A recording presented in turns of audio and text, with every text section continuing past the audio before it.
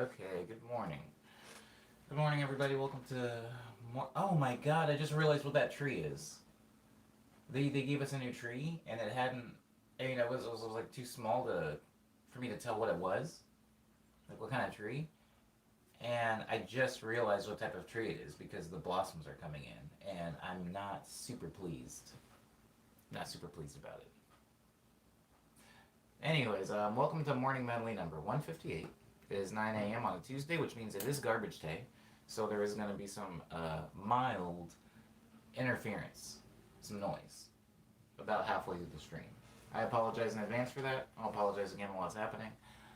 Good morning, Honey Fonz. Welcome. Good morning, William. Good morning, Daniel S. Good morning, Maddie. Good morning, everybody.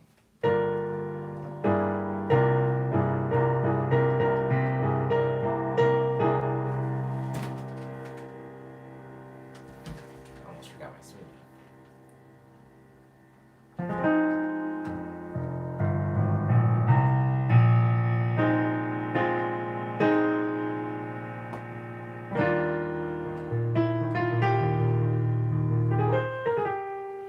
As usual, we're going to start the stream off with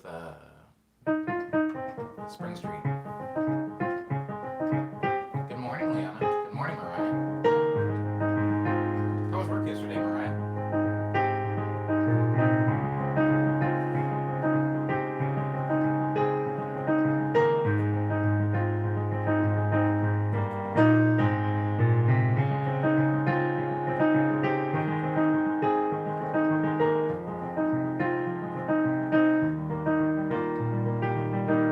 Thank you, Tom.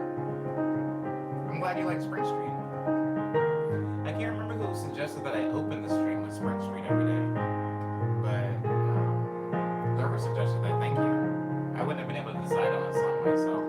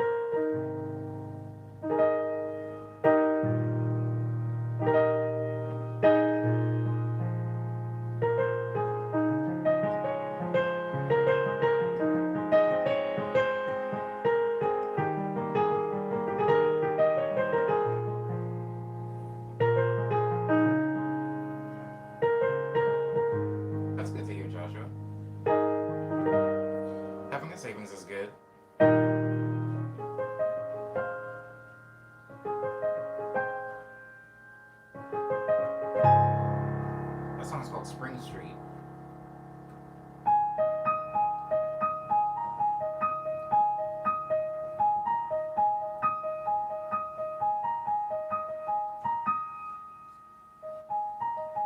Hello, Aphrodite. It's pretty good today.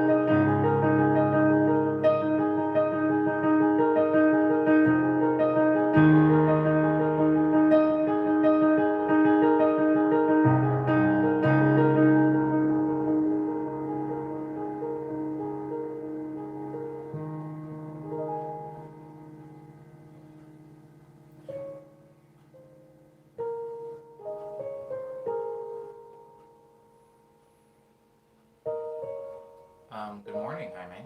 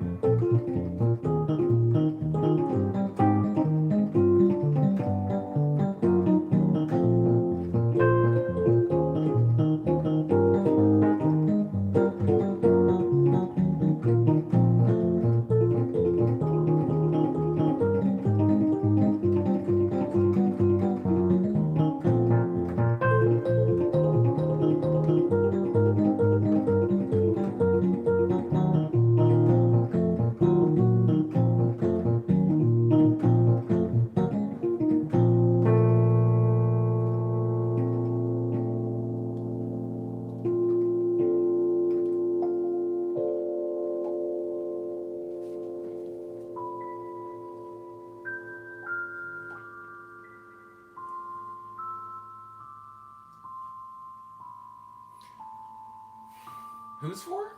If I don't pay attention to the chat for like 2 minutes, I get completely behind.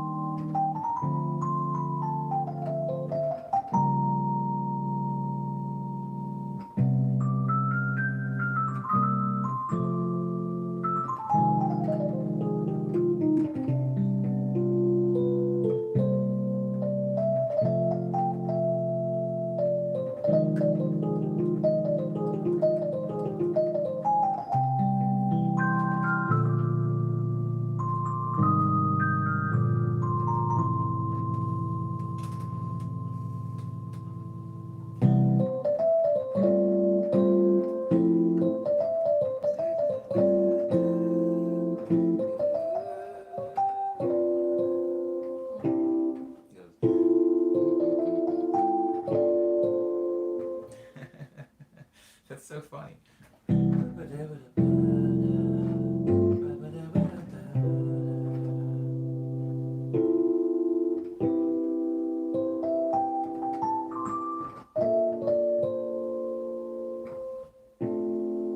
it is.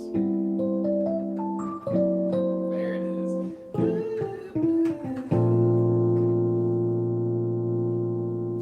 Okay. Oh, my niece. It's a niece. Oh my god. Sorry. I feel like my body's bigger today than it normally is. Okay. I don't know why you just got the notification, Daniel. How did you beat the notification, man?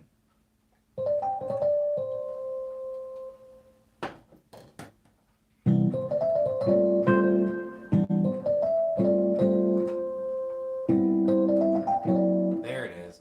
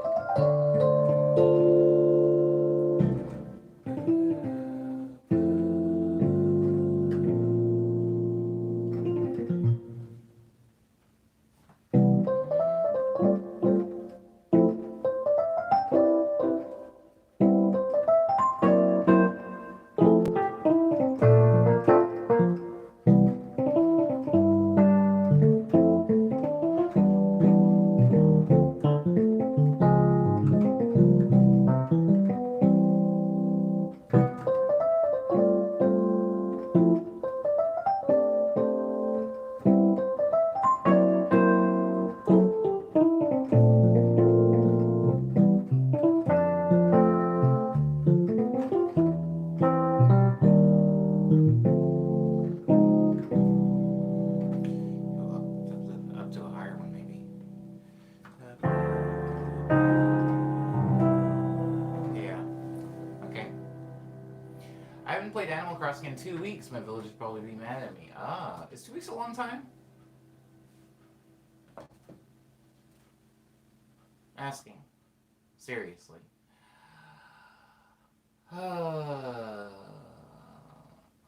Crow asked me if I've chosen silence.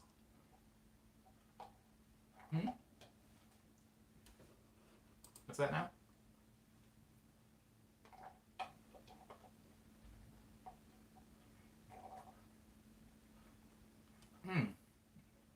Oh my goodness.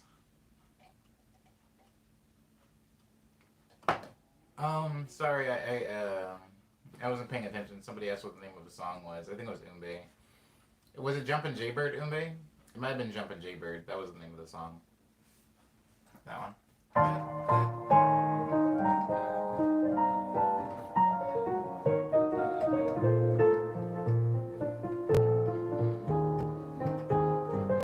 Cool. Um, I'm gonna go through the current version of Liminality again, and then just lead that into a medley. So, let's see who we have. We have Cyber. So I gotta play Cyber. We played Maddie. I gotta play Lindsay. And I've gotta play... Is Liana here?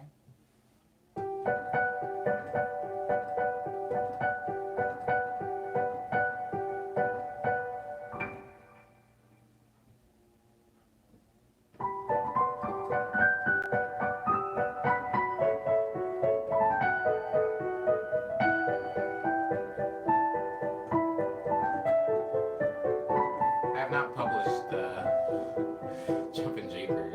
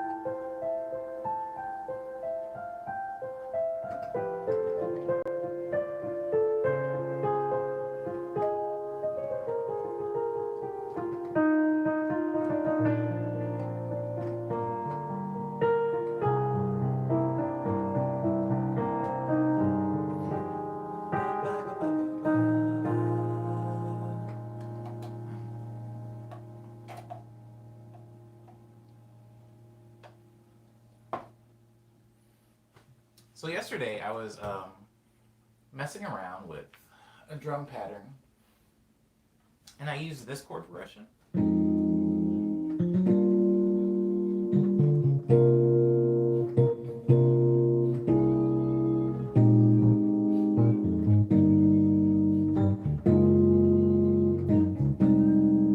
Then looped it from there. And something about descending, like my chord progressions. Let's talk about chord progressions. I could talk about chord progressions for years, but my chord progressions started off as going back and forth between two chords. So not really much of a progression as much as a seesaw of chords, I suppose. The first song that I can remember writing anyway was with these two chords. Those are also the same two chords from Beneath the City. So like.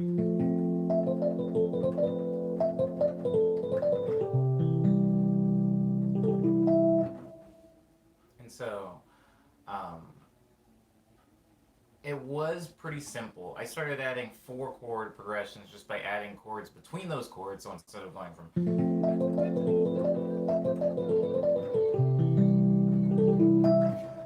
I would throw 2 chords in the middle. So.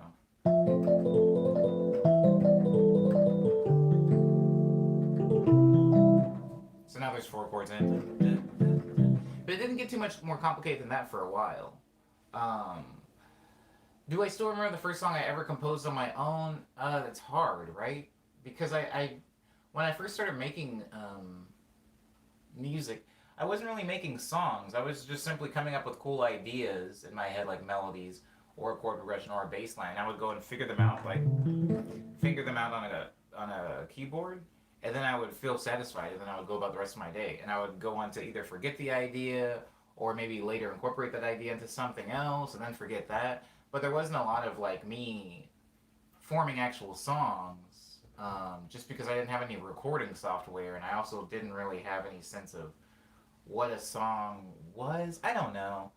There was just no way for me to record and perform them. I was like, no one wants to hear my music, so I didn't really make songs as much as I made ideas. The first song that I can remember composing, where like there was a complete song that I was playing on keyboard, I kind of remember it. But as far as like an overall like composition, like something that I would do on the computer, I don't really remember what the first song was. Sad, isn't it?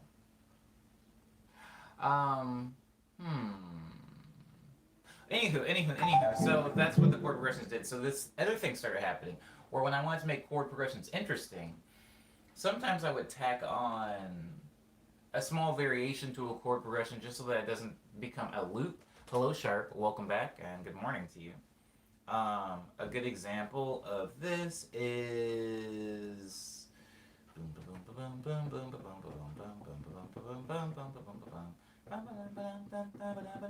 Oh, Gucci. The song Gucci. So the song Gucci goes like this.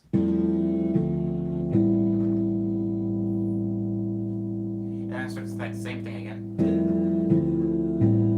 That's the way the original song went. After hearing that chord progression enough times, it got so old that I wanted to not necessarily change the chord arrangement, but I just wanted to throw a different chord on the very end to give it a sense of variety or range or dynamics. And so instead of going down to this chord for the second time it goes down to this chord. Very similar but brighter chord. So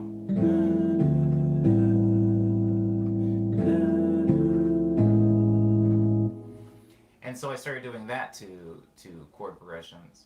Just throwing one chord in to kind of change the whole feel, because now essentially this progression feels a little bit different the second time around, even though it's the same first 2 starting chords. And then what I would start to do is play, I mean this is more recently, right? Now I'm jumping like several years, but more recently I would start to take a chord progression and play it in a different key, like in double X, which I'm going to play later.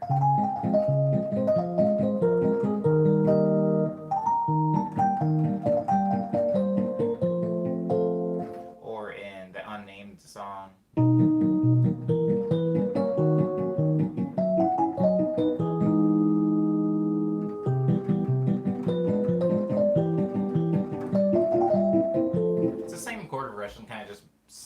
transposed or slid around the piano. Um, and now what I try to do is my brain will get bored with a chord progression, and a lot of this has to do with the fact that I'm a piano player, I suppose. Um, I think that. I hope your power's okay, Cyber. Hmm. Keep me updated on that. No outages here. But the what happens when you're playing piano, and I talk about this a lot. I mean, in a few different ways. Usually, when I talk about it, it's from the perspective of composition, right? If you're composing a song and you're performing that song, and you're performing all the things you composed, sometimes as a composer, you will put things in the song just to make the song more interesting to you, the performer. A lot of songs are twofold. Right? You have to think of it as being experienced by the audience as well as being experienced by the person portraying it, the person performing it, or the person showing it. And for this reason, when I'm playing something like, there are songs that when you do it on the piano, on the computer, and you record something, it's very easy to record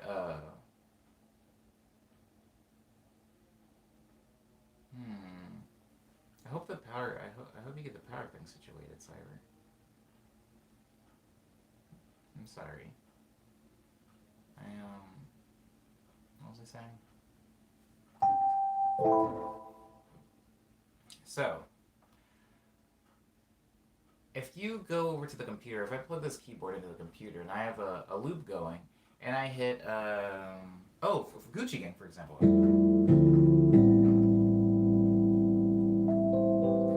That once, I can record that and then copy and paste that for 5 hours if I wanted to. I could just have that loop, copy and paste it, and a lot of times in composition, especially in electronic music DAWs, there is a lot of copy and pasting. Just to save time, right? Because if I want to do a take on piano, even if I want to do a piano take for recording, it's a lot easier and more efficient to record something once and then copy and paste it than to try to be on time for the entirety of that song. And so that is to say, a lot of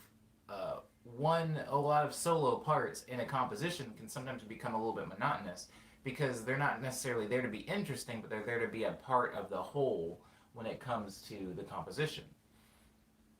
Think about a choir, for example.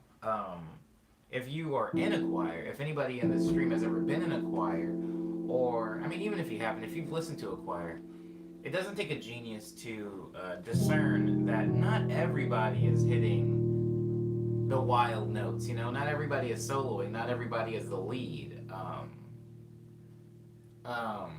What a lot of people have to end up doing in a choir, some people even have to just end up singing the same note, for 10, 20 seconds, or singing nothing at all, maybe their part hasn't come in yet. Maybe they're just a harmony. While somebody else sings, they have to wait for their cue to come in and just kind of support a few notes and then dip back out. Usually when you have something as large as an ensemble, not all of the parts can be interesting all the time. A really interesting analogy for this, if you're still somehow not getting it, is animation. It's kind of like how when you're looking at a cartoon or an anime or something, a lot of the background things or the people in the background aren't necessarily going to be moving, or the people in the background aren't necessarily going to be as well animated or even as well illustrated. And some of this is done because they're not as important, and some of it is done because you don't want to distract from the main thing, right? If everything in the background is moving independently of each other and is well animated and illustrated as the focal point, then the audience loses focus. That's really good. I'm glad that we were on the same wavelength, Afro Addy. So, that being said, when you are the performer, right? When you are the performer of your own compositions, sometimes you will make them dynamic just to make them interesting for yourself to play. Because if somebody asked me right now to play Gucci Gang, well, or the Gucci Gang remix, i.e. Gucci, I would play these chords maybe 8 times before I get bored. Now, the reason that these chords can play upwards of 32 times in the actual song is because they were not the focal point of that song. Again, that song was initially a remix, and the focal point of that song were the lyrics of Lil Pump, whose song it was. Now, if you take out his lyrics, his vocals, and you just leave my music behind, I'm sure it can be very relaxing to the listener, but nobody needs to argue the point that it remains interesting throughout the entirety of the song. It's very redundant and very monotonous. And as a performer, it's hard to just play the monotonous bit without an ensemble to support or pull the interest, away from you. I think, how'd you start off on YouTube, says Subject O? I'm not sure I understand the question. How did I start off on YouTube? Are you asking me what the first video I ever uploaded was? Subject O? Yes. But Jaime, yes, the approach of background characters, just like the approach in background composition and arrangements, depend on the person, and they're very interesting. My first video on this channel, Subject O, was probably just a song, if I'm being honest. I don't actually know off the top of my head what it was, but I mean, I make music, and all of the videos here are music videos, so it was probably just a song that I made. Yes. As far as this channel, I have some older channels that don't exist anymore that I uploaded some other stuff to, but no, I'll just say music, Subject O. But what was I saying? So when it comes to composition, like I was saying, all of the pieces can't be interesting at the same time. So you have to think about support and harmony. Support, I'll use the word support though, because that's a little bit more vague and it can apply to more different art forms than harmony can. So, that being said, when I make music on the computer, since I can show you guys the music tracks I have, they're sometimes upwards of 50 tracks. When you have 50 tracks, right, when you have, bassoons, oboes, clarinets, flutes, and your piccolos and the woodwinds, and then you have glockenspiels, xylophones, celestabels in your percussive section. Then you have cellos, violas, violins, double basses, contrabass, whatever, in your string section. And then you still have drums, and you still have synthesizers, and you have vocals. It's a lot, right? It's a really heavy stack. You can't have every single instrument running off and doing interesting stuff. Sometimes there's going to be an instrument that throughout the entirety of the whole song only plays 4 or 5 notes. It's just for support. However, I'll make a song like that on FL Studio, and then when it comes time to play that song, like an acoustic version of that song for the stream, it's really hard because now I have to kind of do this mental gymnastic of taking the harmony and somehow taking interesting parts of the song and playing it where the song is still recognizable, but isn't boring to play.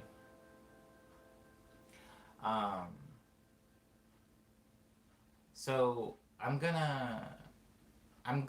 the reason that I did this whole weird explanation of harmony and interesting notes and uninteresting notes and all that stuff is because more and more lately I've been playing the piano in my recordings instead of just clicking out MIDI notes with my mouse. And it has changed the way the songs end up sounding.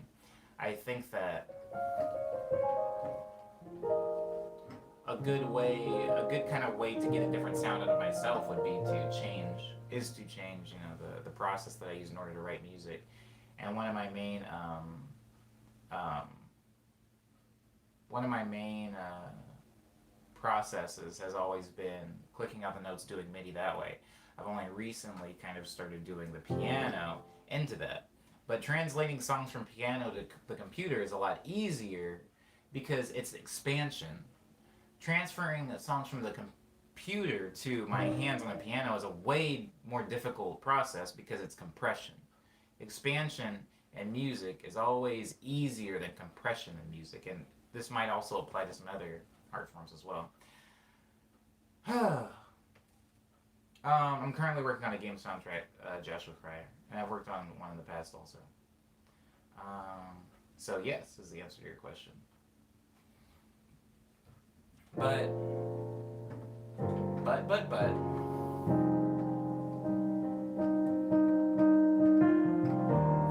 that being said,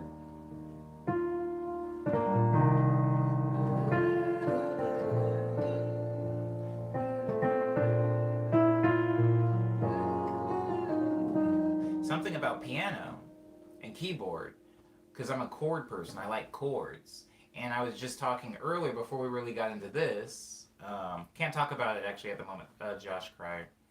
Um, but you will know when I guess you're allowed to. I'm allowed to talk about that. But something that's interesting about the chord, like I was talking about chord progressions and how my chords used to be just 2 chords, and now my progressions have like 4 or more chords in them, and I added in some weird like alternates to give it some variety. When I'm playing music on piano, I can tend to impede a creative process because I want to add more quote unquote interesting chords into the mix. For example, if I am playing, what is it? What's probably the best example of that? Best example would probably be Into Thin Air. So.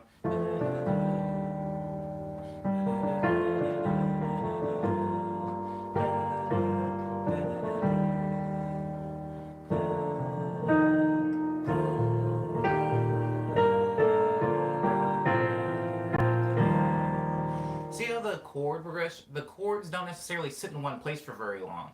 This is also true with liminality. You know, the chords start up here, it drops down, drops more, drops more, drops more, comes way up here. A lot of these chord progressions have so much variation is because I, as the performer, want it to remain interesting to me also. Sometimes I can conflate my own interests with the audience, which I'm trying to be better about not doing. But if I get bored playing it, my immediate assumption is that the audience will get bored hearing it, which isn't true, but I don't want to get bored playing it either. And so sometimes when I'm writing a piano song, I'll throw in extra variations to a chord progression just to make it more interesting. And for other songs that don't necessarily have an interesting or dynamic chord progression, like Spring Street, I will change my rhythm of playing the song to make it more interesting to me. So instead of doing the I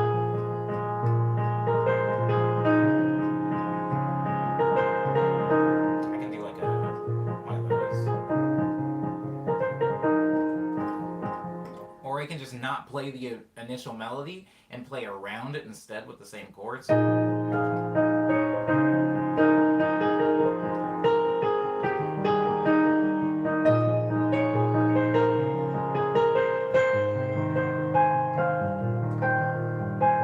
And so my point is I try to keep them interesting. But I'm going to read your comment in a second, Lindsay. A really important thing to remember for me that I try to remind myself of is a lot of songs that I love. For example, if you've heard the song, what's that song with Kate Renata and Anderson .Paak? Ooh, I can't think of the name right now, but it's great. Point is, I love this song, and I think it only has, I think it has 3 chords. It's got like 3 chords. Might have 4. It might have 4. But I love that song, and I don't get bored listening to it, not only because there are vocals to distract from it, but because the song itself and its arrangement, not even talking about harmony, but in its arrangement and its percussion is interesting. And for me, yes, glowed up, indeed, Lindsay. And for me, since I'm on a piano, I don't have I mean, I have a mental representation of it, but I don't have a sonic representation of the percussion, of the timbre of the song, of the vocal melody, and the lyrical content of the song. So when I'm arranging it, I'm just trying to make it interesting on piano. I'm adding bass lines in my left hand, I'm adding chords in the middle, I have melodies coming in and out, and this doesn't necessarily need to be the case, especially if it's going to be part of a bigger whole. Um, I've even had trouble sometimes when I go to hamburger, as I like to say, when I go to hamburger on the chord uh, composition of the song, I've had trouble adding lyrics to it because I'm like, where do the lyrics even fit here? It's already so interesting. It's already doing so much. It's so busy. And so, that being said, I'm trying to gradually get used to maybe having songs that aren't necessarily super chord heavy, but are still interesting without all of the harmonic complications or complexity. A good example of these are the songs off of Quick Breath. None of the songs off of Quick Breath, oh, no, I can't say Ego Death, but none of the songs off of Quick Breath are very chord heavy. You know, they're pretty basic, they're pretty simple songs. And I relied more so on the composition, the arrangement around them to make those songs interesting. Which is why all of the songs off of Quick Breath I can actually play on keyboard pretty accurately, while the songs off of, say, Love Dream, Nice Dream aren't as easy for me to play. I hope that makes sense. Hello and good morning, Dar. No need to apologize for being late. Hello, young Steven. More chords isn't as interesting as more chord progressions. So more chords isn't. No, that's not necessarily what I'm saying, young Steven. What I'm saying is there are a lot of ways to make a song interesting. You can make a song interesting with rhythm. You can make it interesting with a time signature. You can make it interesting with vocal processing or vocal recording or lyrical content. It's a very vast and dynamic space to play in. But when I'm sitting at a piano making songs, I am pretty focused on one part of that, which is harmony, which is chords. And so there are a lot of songs, young Steven, that I've made and that a lot of other people have made that are very successful, very fun, very catchy, very enjoyable, that don't necessarily chord you to death. There'll be like 3 chords in it. A good example, and I'm glad that this is happening to me specifically, that my 2 most popular songs across DSPs, across all platforms, is Bon Bon, which is chordally and harmonically very complicated, especially in the bridge. And the second, or first, depending on what platform you're on, most popular and most streamed song I have is called Coliseum, which might be one of the most simplistic songs I've ever written. That is the entirety of the song I just played. It loops that for sure, but it's just those 4 chords. It's not chording you to death. It's not keeping you guessing. There is no interesting new pop-up bridge or outro, intro. It's just this for the entire song. And so it's shown me that you can have a very simple song and achieve success with that. You can have a very complicated song and achieve success with that. The song does need to be interesting though. And there are just different ways, Steven, to make a song interesting. It just so happens that my focus for the past some odd years has been on chords. Chords are what make it interesting, and not really on anything else. And so I'm trying to kind of take a step back, as with my last EP that came out, Quick Breath, or my last joint EP that came out, I tried to take a step back and just let the chords be, while I focused on maybe some other things that can make the progression interesting. In the music that I was making more so recently, it was rhythm. I was trying to get, if I can get a rhythm and a good drum beat that people can like move to, that moves people, I can kind of chill on chords, you know? Anyways, Enigma says, Omni, do you think plates and pre-save links are a good thing, or do they create unnecessary hype around tracks? Do you think plates and pre-save links are a good thing? Do they create unnecessary hype around tracks? Do I think they're a good thing? I think they can be good. I think that a lot of people don't necessarily have the best, I can attest for this, that don't have the best attention span and memory. So if I tell everybody on Twitter or whatever, or in this stream, guys, I have a new song coming out on, I don't know, the 27th of June, I think that some of you guys will remember, but I think that a rather large majority of my fan and audience is not going to be there, day one looking for my song.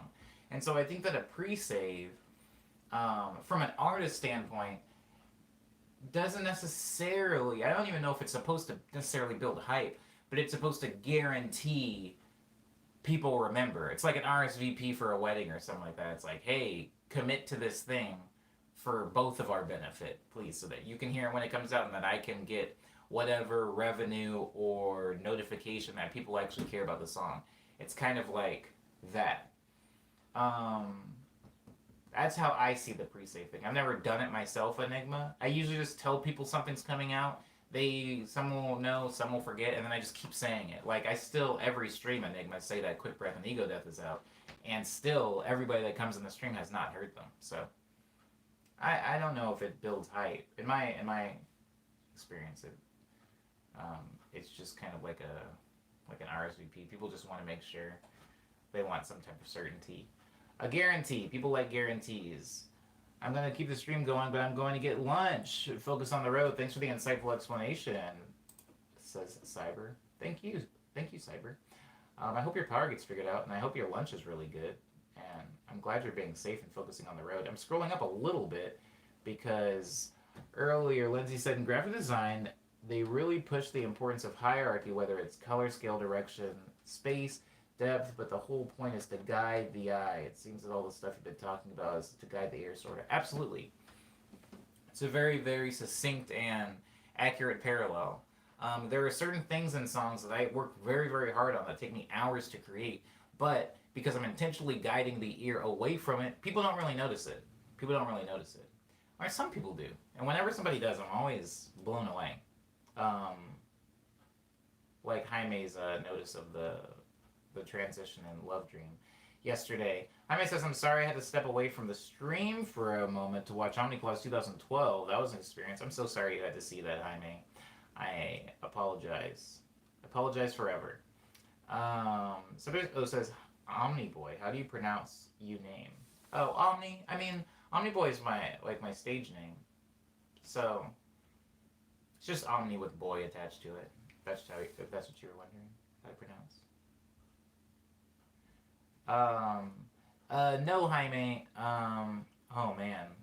I did not foresee how much I was going to have to answer this very specific question. Jaime, when I did the final Omniclaws, which was in like 2013, 2012 or something like that, I told everybody, this is the last one. I know you weren't around for it, Jaime. I know you didn't know I existed back then, but that was the thing that I used to do a very long time ago. And I told everybody across all the internet, this is the last one.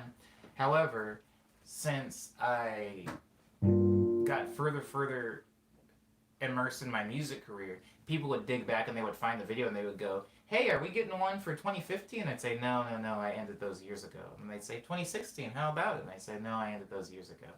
And it never fails. Every year I do have to tell like new people that it's like, no, that's not a thing. Those things are very old. Those things are very old. I started those things 10 years ago and ended them over 5 years ago. So no, there will not be a new one. But I'm glad that you enjoyed it, Jaime. This is related to something you mentioned in this convo. I never guessed what I did yesterday. Oh, wait. Did you watch High Kick Angel? I mean, am I gonna rewatch that movie? What's wrong with me? Oh, Maddie, don't do that. You're gonna confuse them.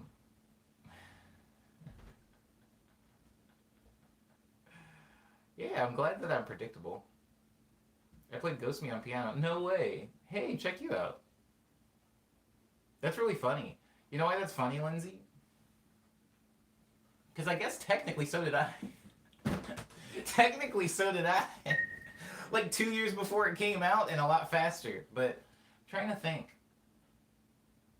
Boom, boom, boom, ba, ba, ba, ba.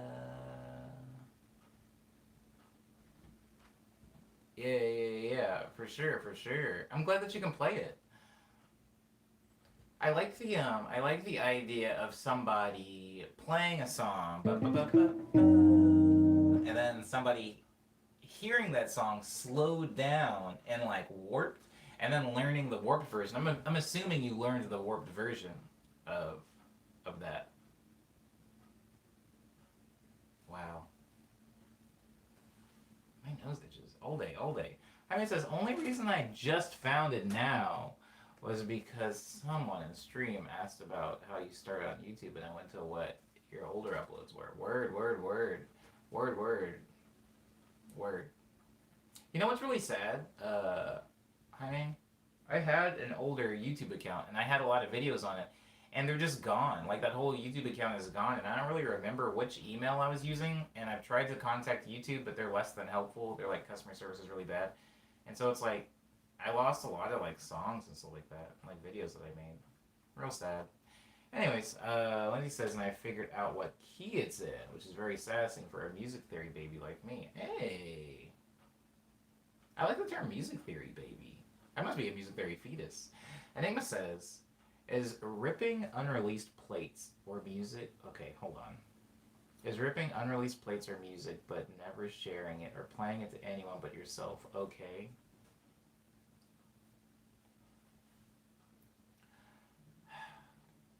Okay. I think... I think the ethics and ripping or taking or stealing or sampling or any of these things, I think the ethical dilemma is in the ripping, not so much the sharing, right?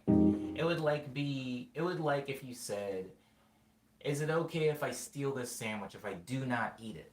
I promise I will not eat it. I won't show it to anybody.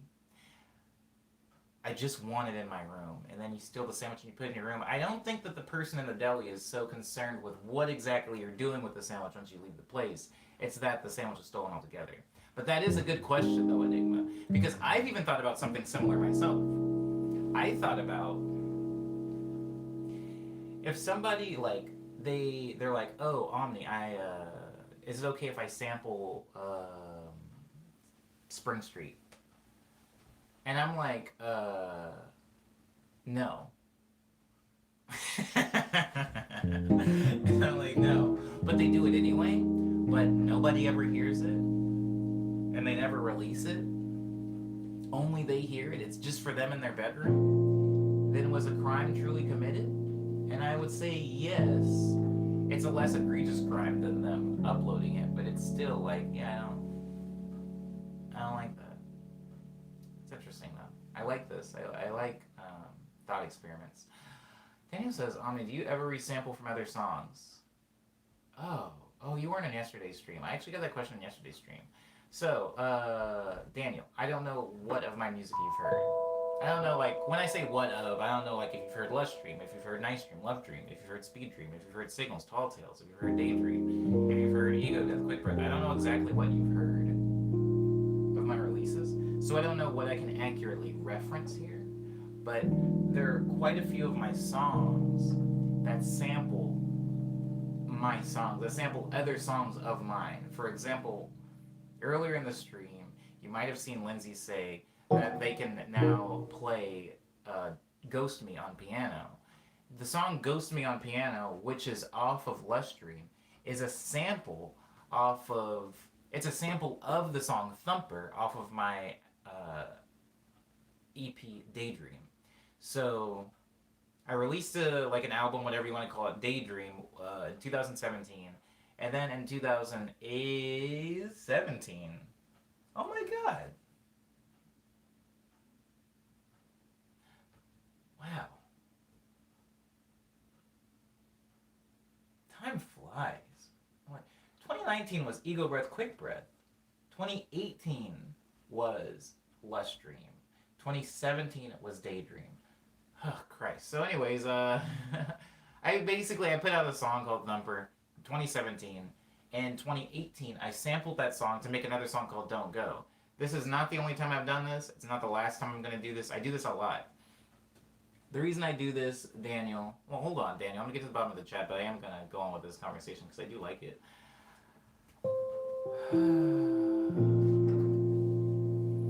I say it's because a channel called Unreleased Fire rips loads of unreleased dubstep tracks, but it creates mass amount of hype when they upload. Interesting. Well, that's interesting. That kind of changes things a little bit because I didn't know that existed.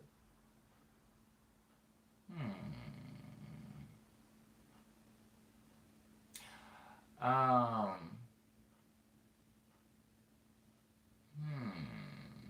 Okay.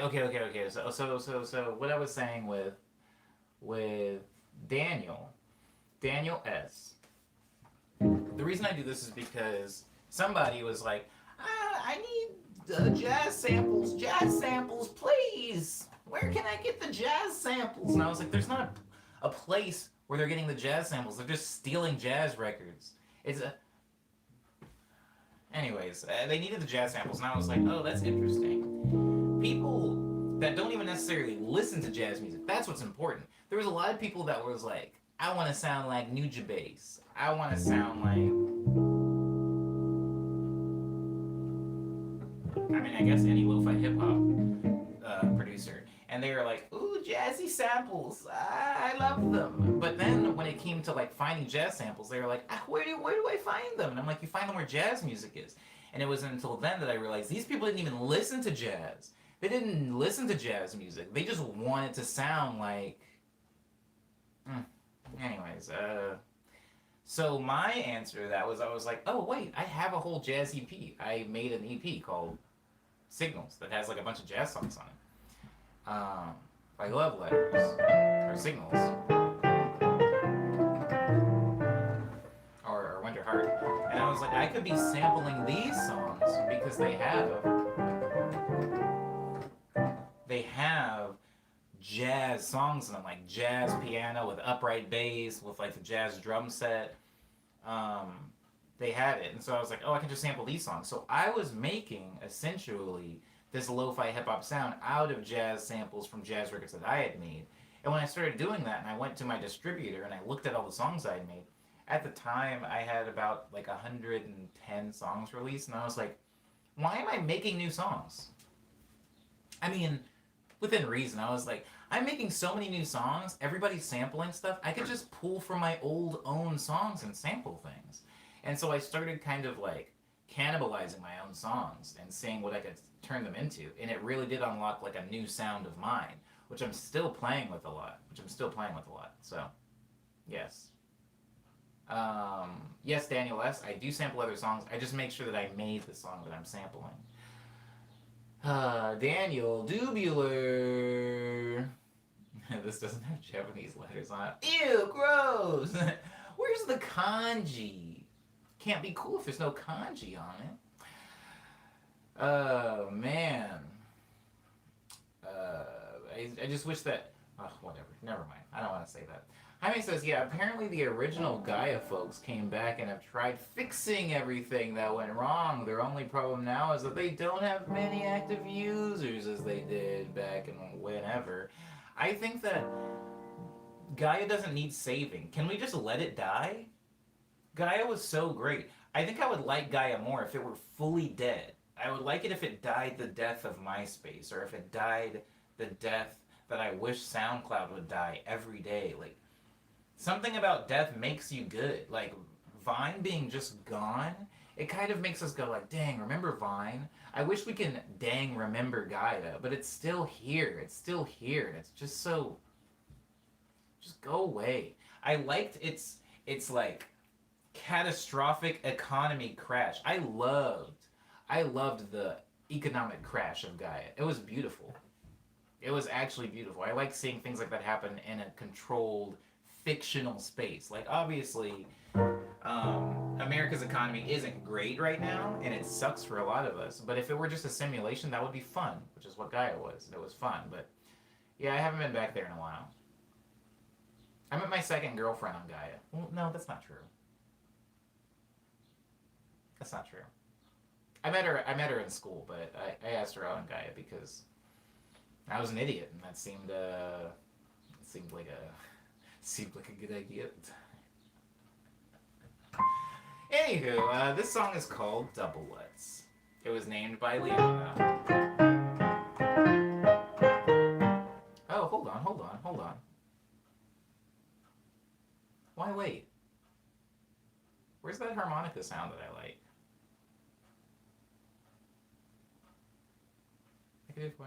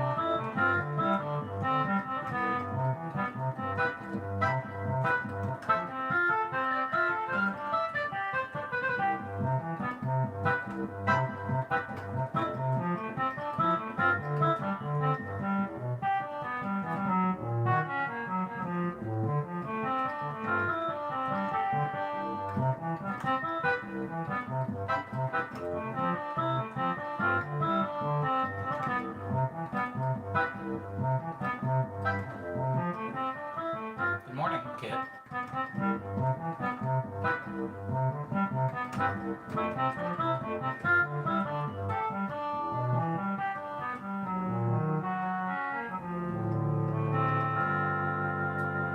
doing okay, kid. How are you doing today?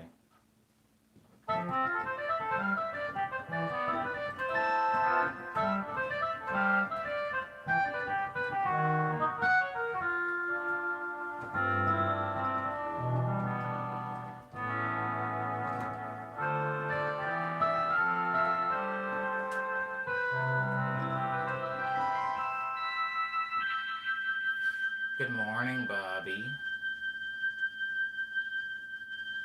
Bobby's back.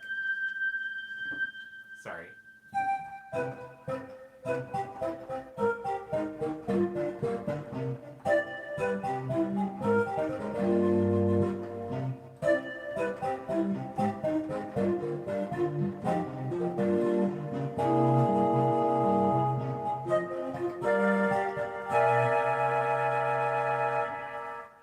That's the wrong chord. It goes.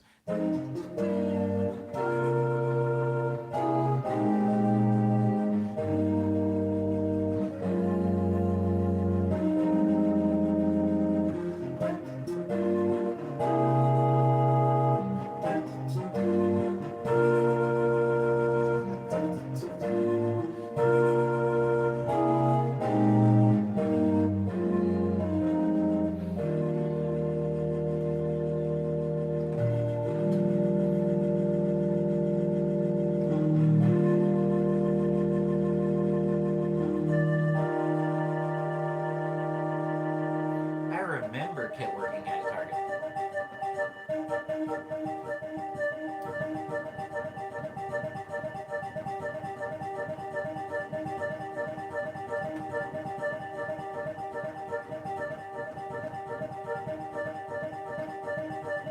Whoa. That's pretty cool. Liana, about the New Zealander.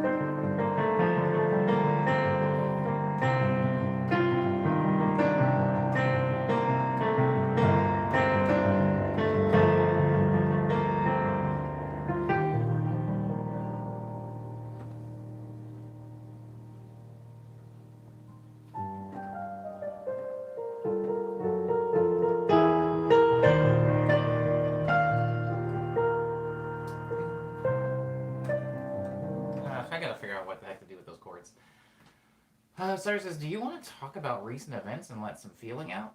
Or the people know what's going on? I would not blame you if you want to let some steam out. It's a slippery slope, right, Cyber? I can't do that here.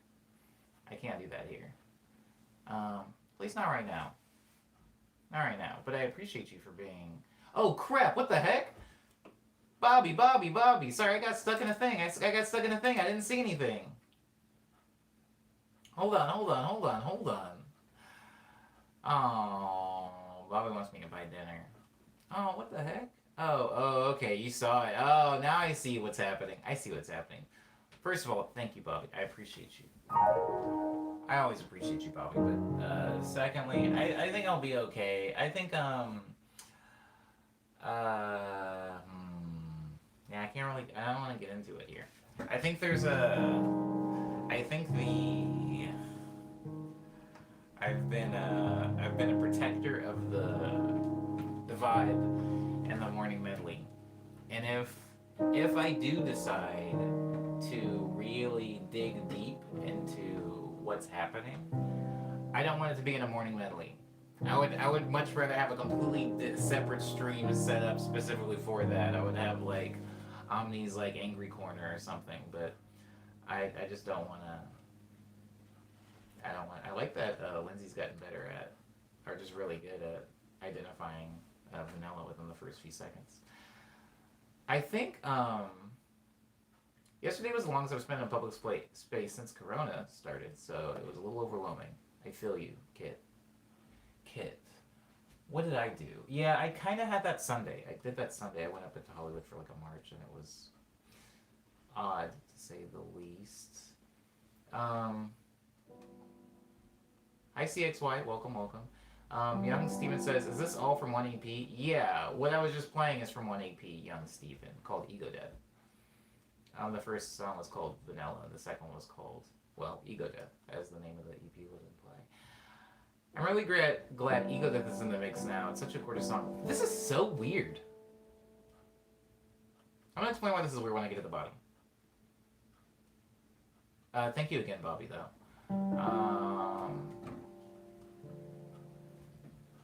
I don't want you to spiral out any more than anyone in our community has. Yeah. I just feel like if I open that floodgate, it's a very slippery slope, one that I won't be able to control, so I'm going to steer away from it. Not strong enough for that yet. Thank you, Sharp. Thank you, Cyber. Thank you, Bobby, for respecting and understanding this.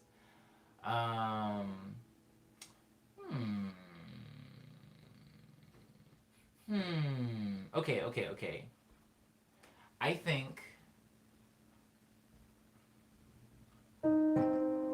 think the reason that Ego Death, people liking Ego Death, people liking that song,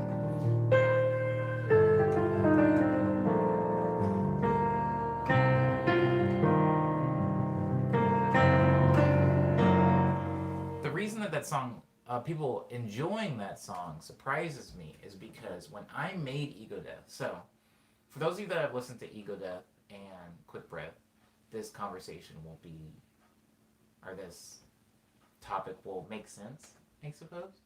It'll have some kind of basis in the real world. How does one compress a snare properly? Well, properly, Enigma, I suppose you compress something to taste, but I personally very rarely compress my snares. My snares aren't really meant to be super punchy, so not much compression is necessary. But I do a lot of parallel compression on my claps. Ooh. We're not gonna get into that right now, though. Maybe in a production stream. Absolutely in a production stream, because I was just getting ready to go into a new thing. So.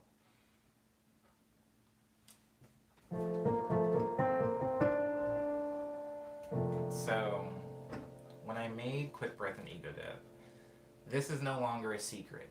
Quick Breath and Ego Death are tandem EPs. They were supposed to be released as one release, and I ended up splitting them apart, which is why the songs mirror each other. For example, Chocolat on Quick Breath versus Vanilla on Ego Death.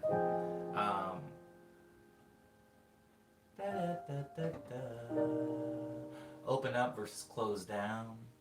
Da, da, da, da. There's a lot of parallels and ego death and quick breath.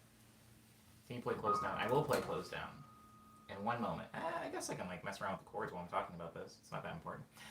I think when I made those different songs to mirror each other, there was a lot of thought that went into it. There's a lot, and it's not just the titles. In a lot of ways, harmonically, these songs mirror each other, and the way they're composed, sometimes they mirror each other by one having like a quiet intro and a loud outro to its mirror track on the other EP having a loud intro to a quiet outro.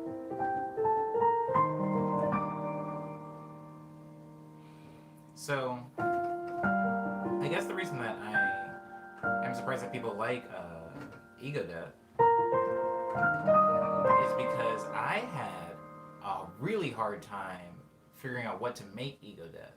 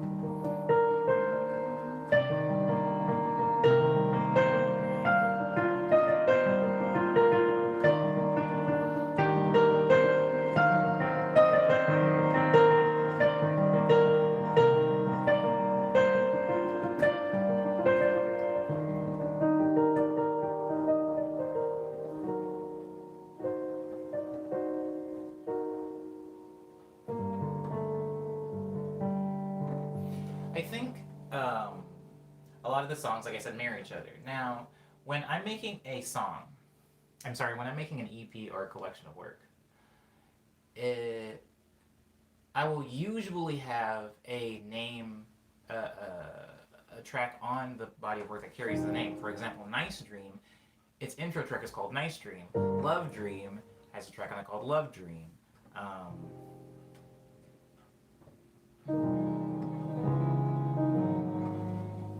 Daydream has an intro track on it called Daydream. Like, I will set the tone for the record. That's what I try to do with the title track. The title track of Ego Death was really hard because the song, its mirror song on Quick Breath, the song Quick Breath, as some of you know, it's a very, very energetic track that's footwork oriented. If you know what footwork is, then you know.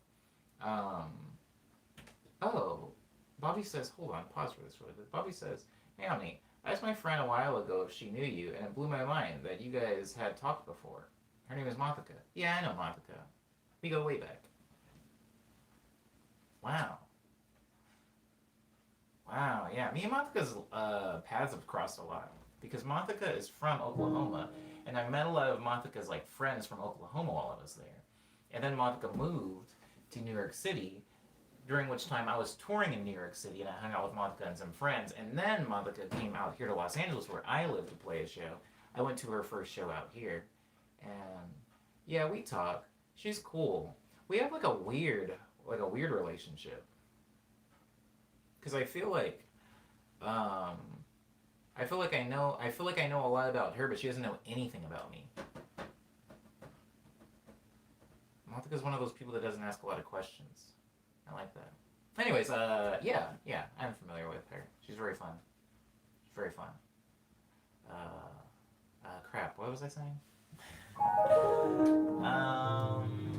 So, Quick Breath. If you've heard Quick Breath, thank you. First of all, if you haven't heard Quick Breath, the track, not the collection of work. If you've heard the title track, Quick Breath, if you haven't, please do, because I think it's the only song I have like that. Rhythmically, it's footwork song, which I don't really make a lot of. But Quick Breath is actually a sample. Oh my god, this is hilarious. Quick Breath is a sample of another song. I can talk for hours about this. I'm not going to get too deep into it, but Quick Breath is a very energetic,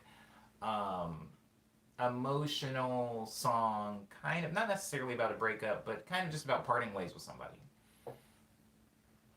Somebody that was particularly controlling or whatever. So I was like, I need to make the antithesis to this song.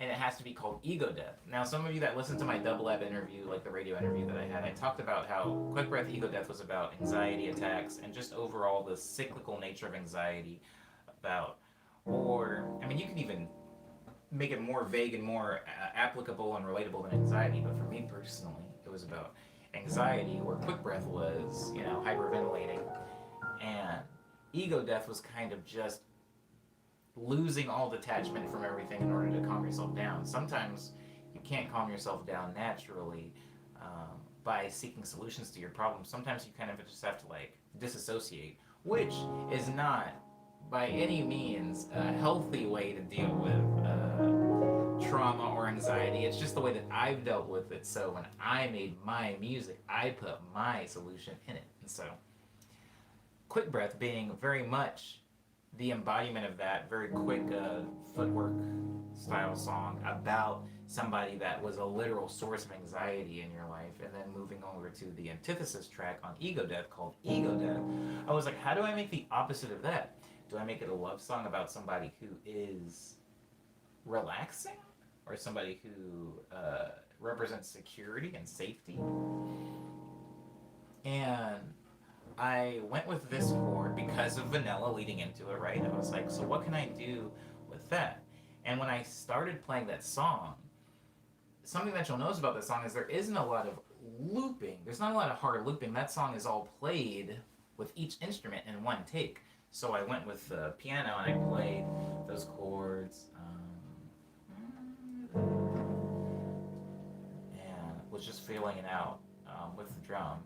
And if you hear the drums, there's really not that much drums. It's kind of just like a little tapping and like slapping of sticks. And so I was really kind of improvising those chords. And I got all the way to the end and I was like, okay, let's add some strings in. And so that's when the strings came in. And added the alternate chord being the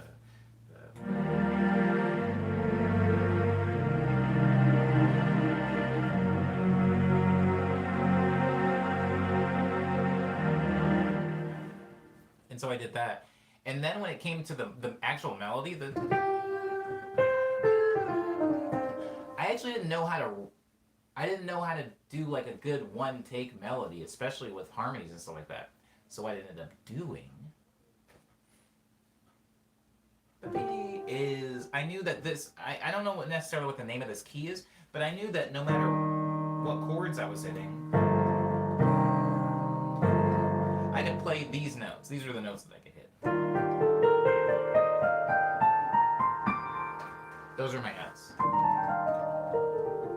As long as I chose those notes to play my melody, the melody wasn't going to fall out of key with the chords, which was very important to me because I was doing it in one take, so I didn't want to take any chances by doing anything too fancy and making it messy. So when you look at, or even listen to, but if you look at the chord, the melody, those are the first two of them.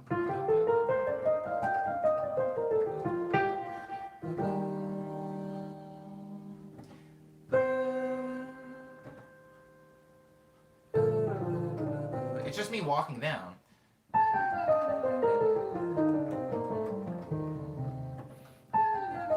I mean, I added a little bit of a rhythmic switch up to it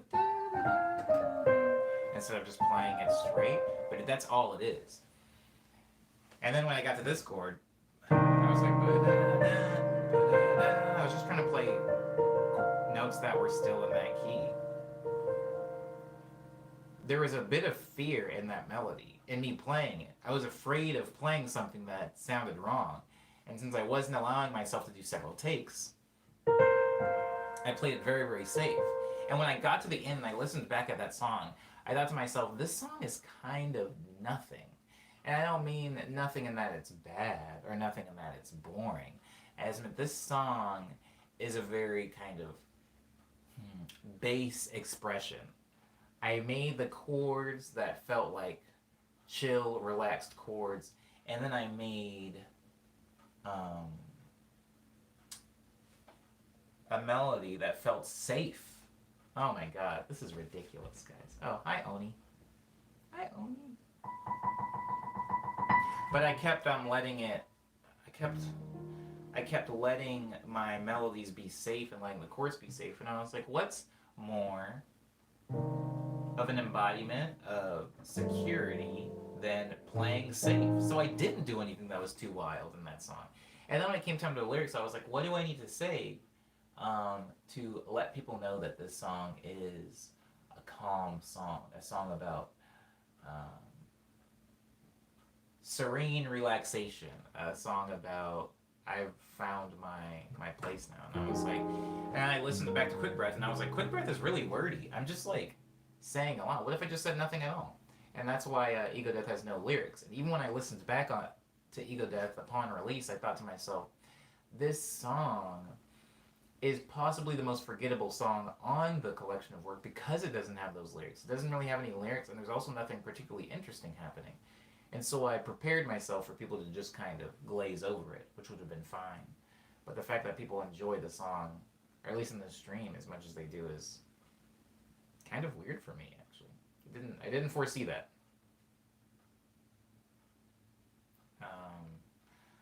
And even having to relearn it in the stream, for those of you that were in the stream, it was about 3 streams ago and I had to relearn it. It was actually hard for me to relearn it because even when trying to relearn it, I was overthinking it. For example, when I found the first chord, I was like, oh, perfect. It's like the chord from Key Lime. And then it goes down here. And then it goes up here. And I was like, okay, where does it go from there?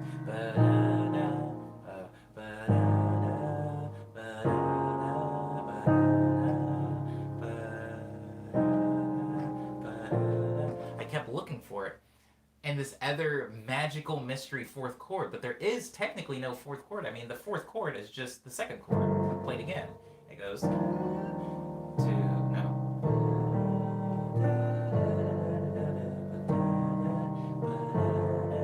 The 2nd chord and the 4th chord are the same chord. That's how low effort and safe it was. And so it was actually hard. I was like overthinking it when trying to relearn it. But I'm glad people like it. I do want to expound on the acoustic version and maybe even make it go someplace that the recorded version doesn't go. Just playing around with different chords, you know?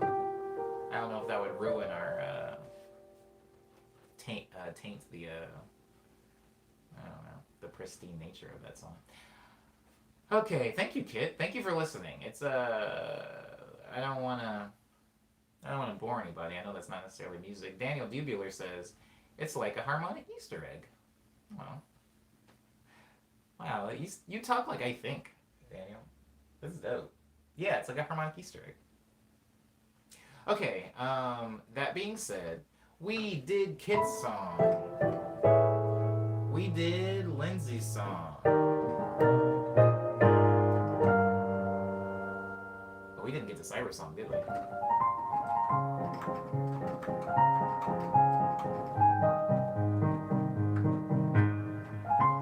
Dance mix of Ego Death. You want to dance to those songs? Which one, Ube?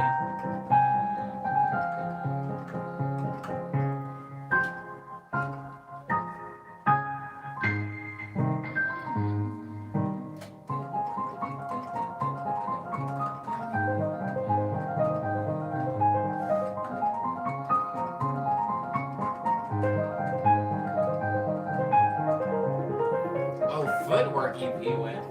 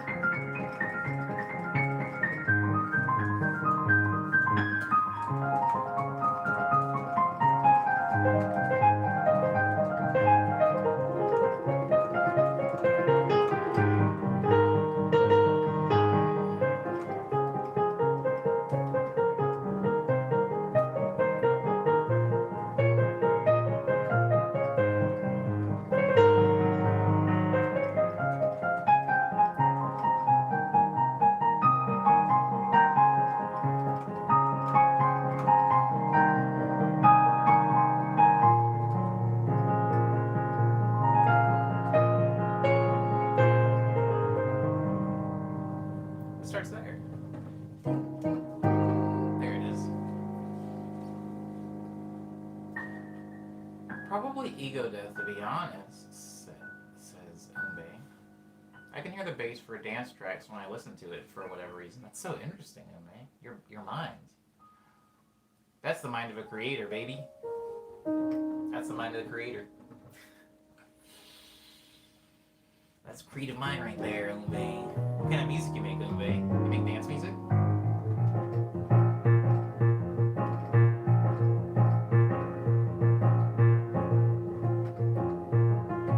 What you drawing, Isidore?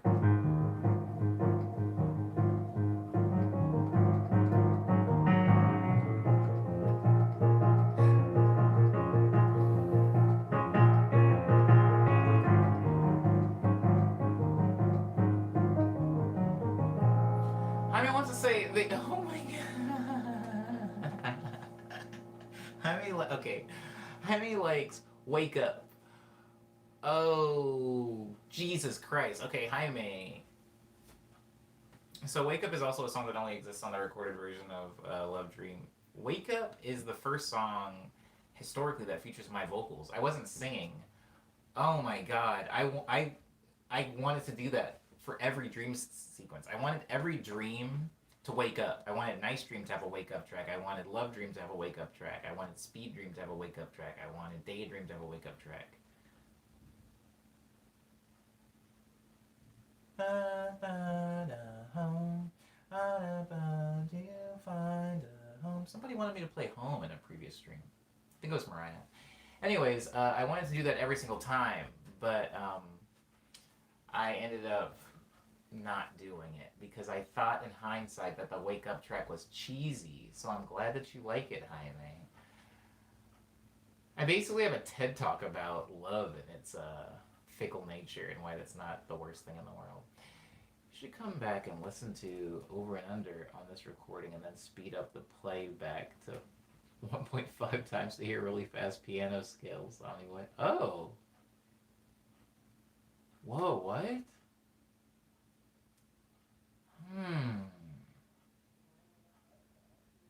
I make ballads and dance, so yeah, slow tracks sound like slow footwork in my brain, says... Oh, heck yeah. I would argue... I would argue that footwork slowed down becomes like more of like a salsa bossa nova feel. Isn't that weird? I think that if you take like a really hype bossa nova track and then you like double timed it, it would turn into a footwork track. Don't quote me on this, but I'm just slowing down the rhythm in my head and it sounds like a... Anyways, Isidore says I'm making hearts and flowers for a tattoo appointment. I'm back at work. I'm very happy. I'm happy for you, Isidore. Oh. I'm working like an astronaut for protection. I would love an astronaut suit. Ooh, wrap me up. Wrap me up in the astronaut suit. You know who really likes 70 to Downtown? Isidore. There's this old lady. I'm gonna say she's a white lady. I think that's very important to the story. Oh, Christ. There's like a...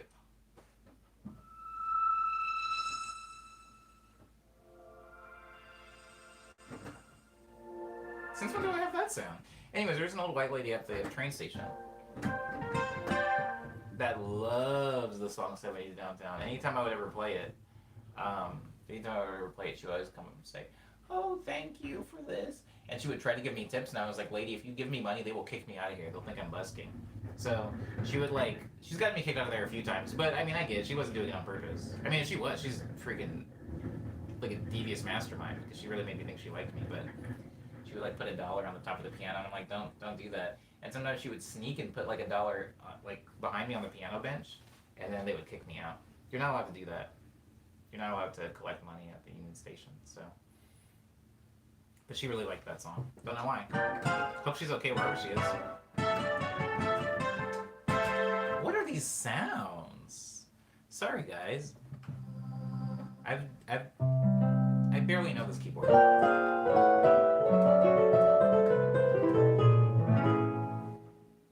I like sometimes. Do you guys ever make something?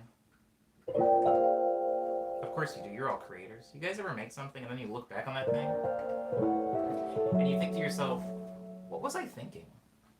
And how did I do that? And how will I ever be able to do that again? Will it ever come back to me? Did I peak? Sometimes when I think about some of the intros to signals tracks, I can hear what's happening in them.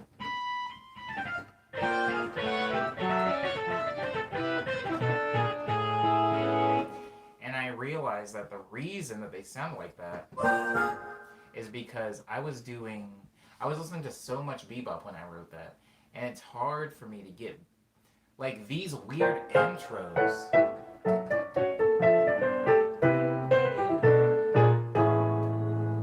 That's only an intro. That never really comes back until the very end.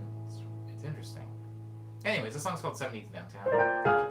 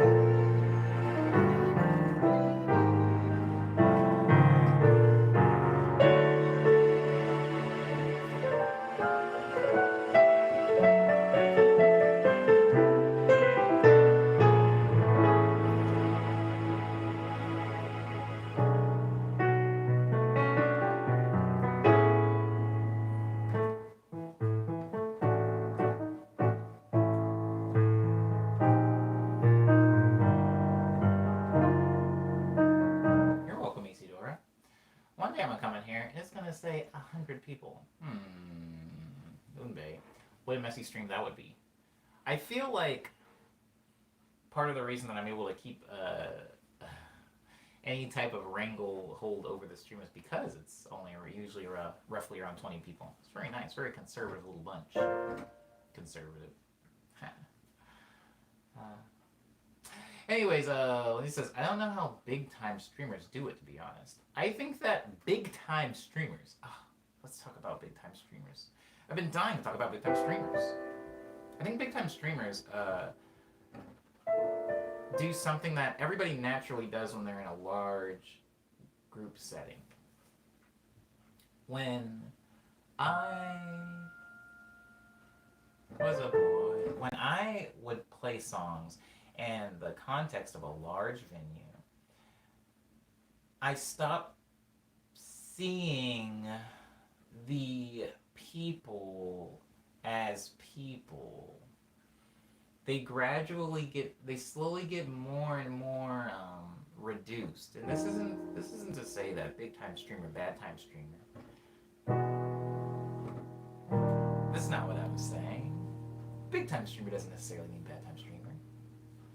I'm saying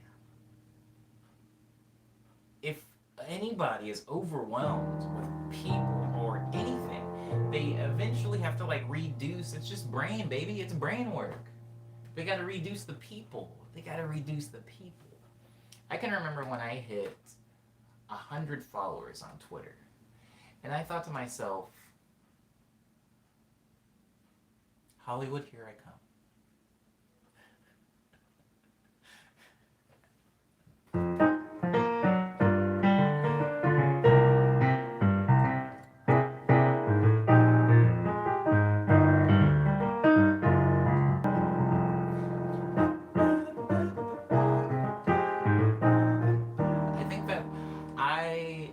Excited when I saw that.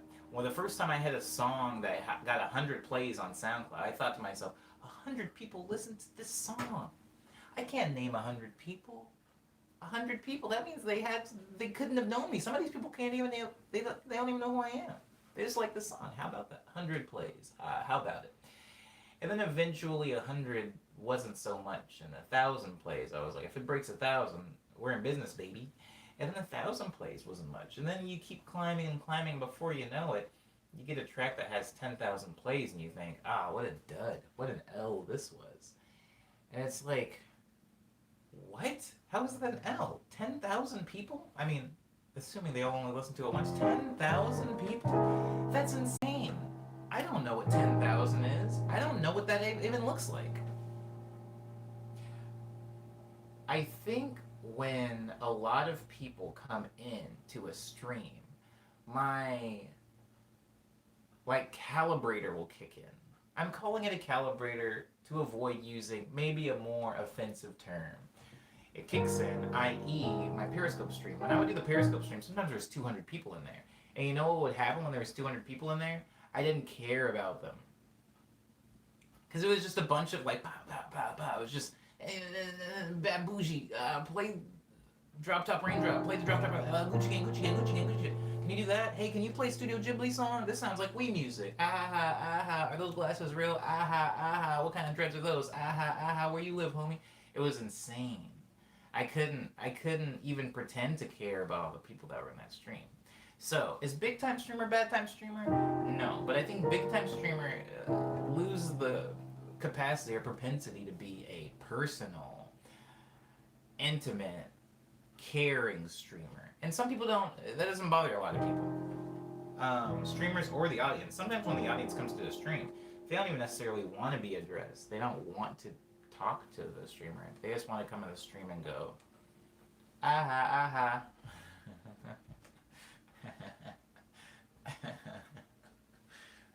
oh God. Anyways, I think that is what a lot of people want to do when they're in a stream. There's a man, a streaming man.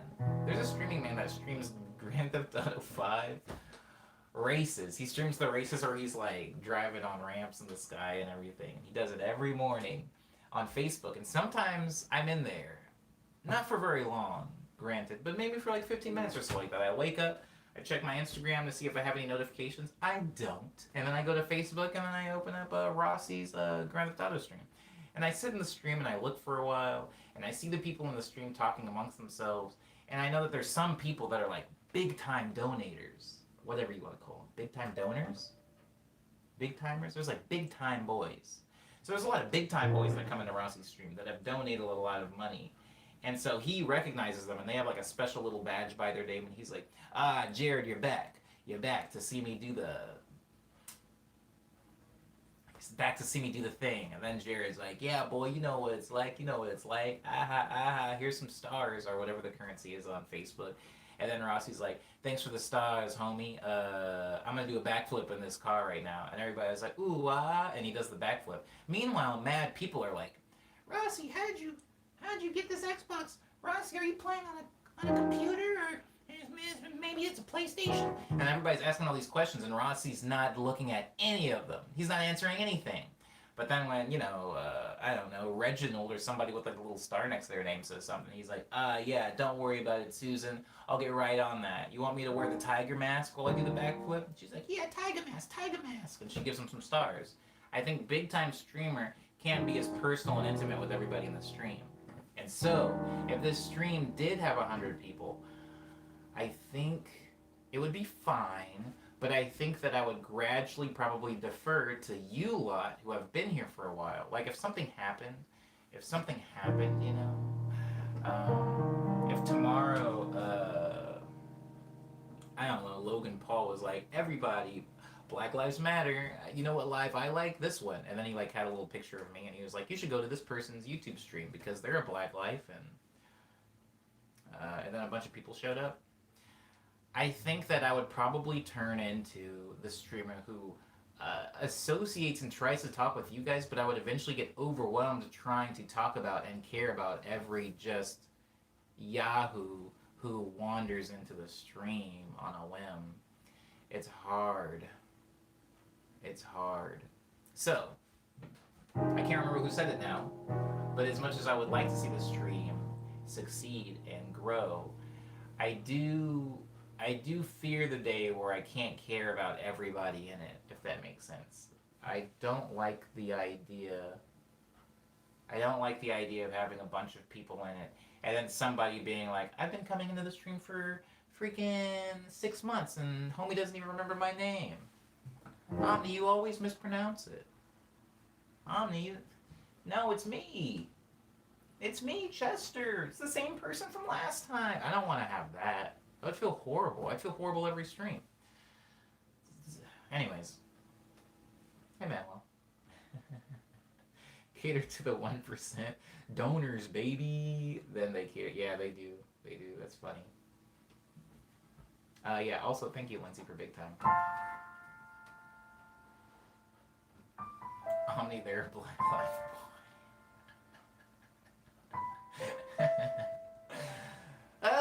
Nigga says, I can't remember if I asked this, Omni. Use clippers? Backwall limiters or anything?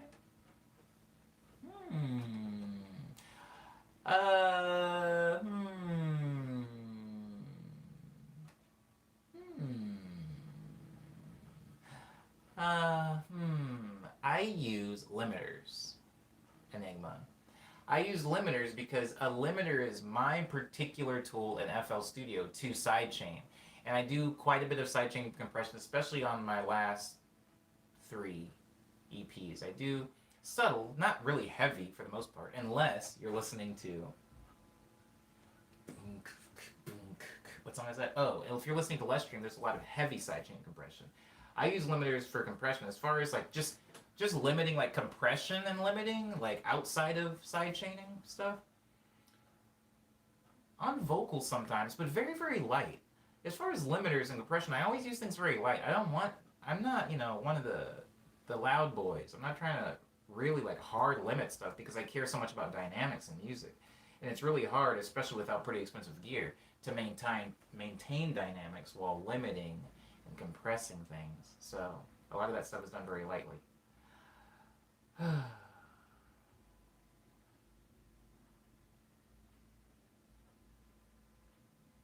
Anywho, wow, Jesus, I did not expect that to last that long. I did 70th Downtown. Does anybody else in the stream have a song? I don't think so.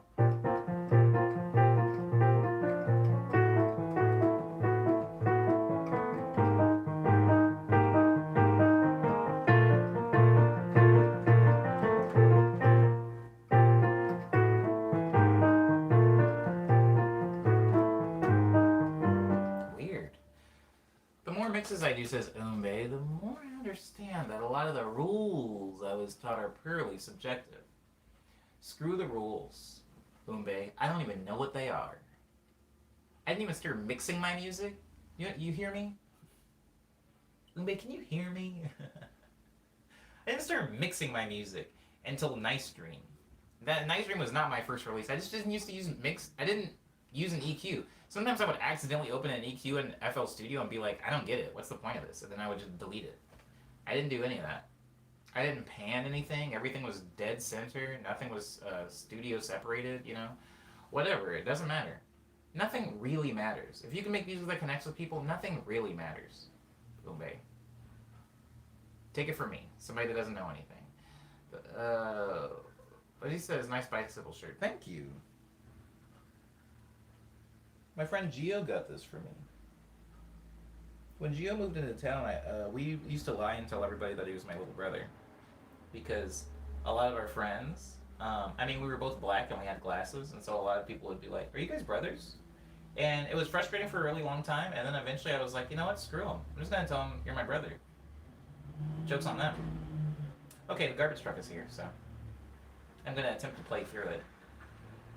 This is Winter Heart.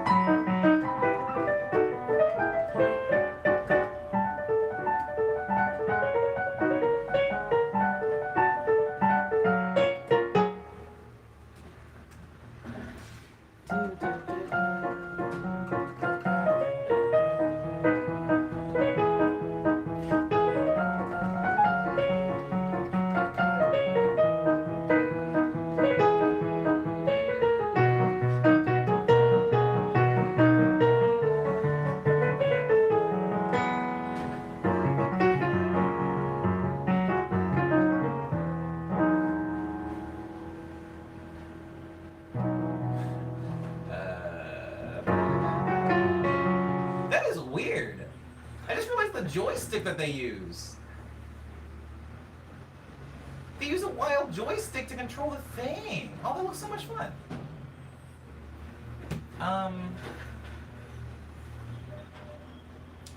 What was I playing?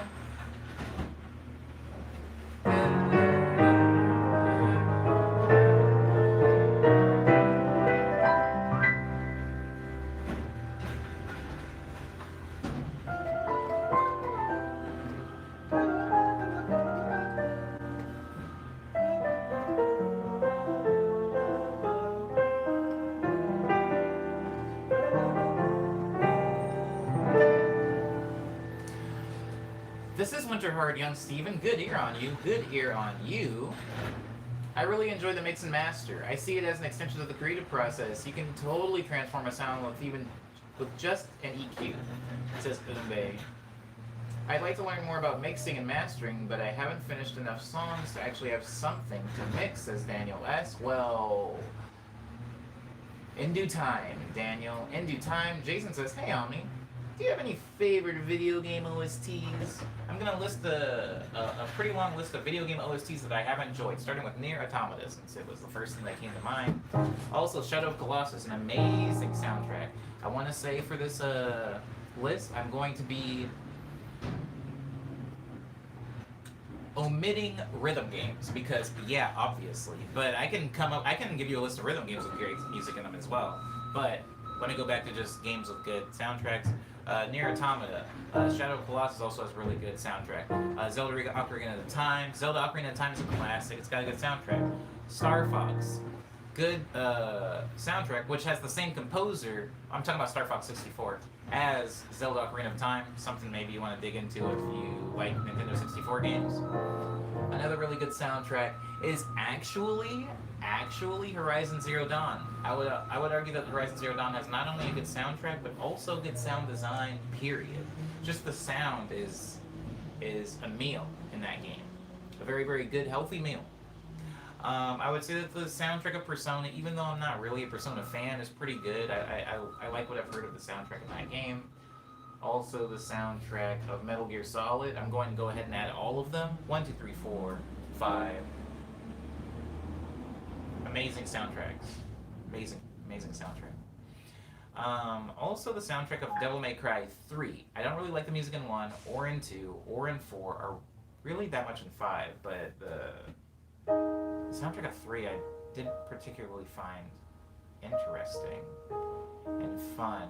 I like the soundtrack in Sekiro, although it's really nothing amazing.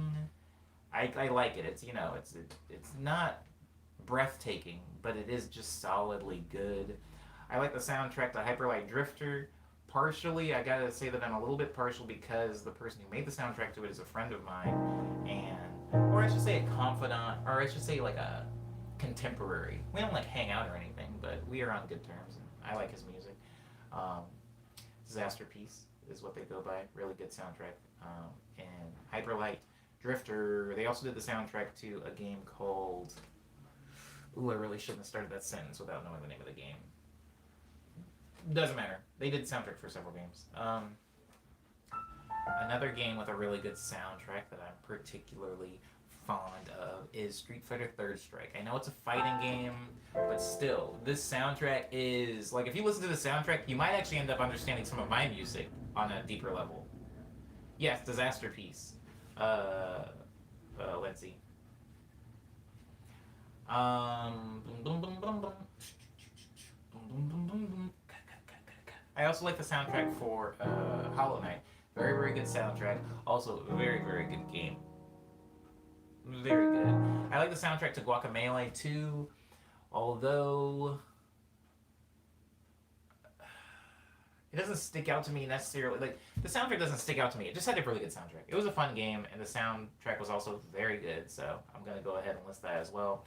I'm going to add all of the Final Fantasies, but put an emphasis on Final Fantasy IX and Final Fantasy VIII. These are the two games with the soundtracks that really stuck with me.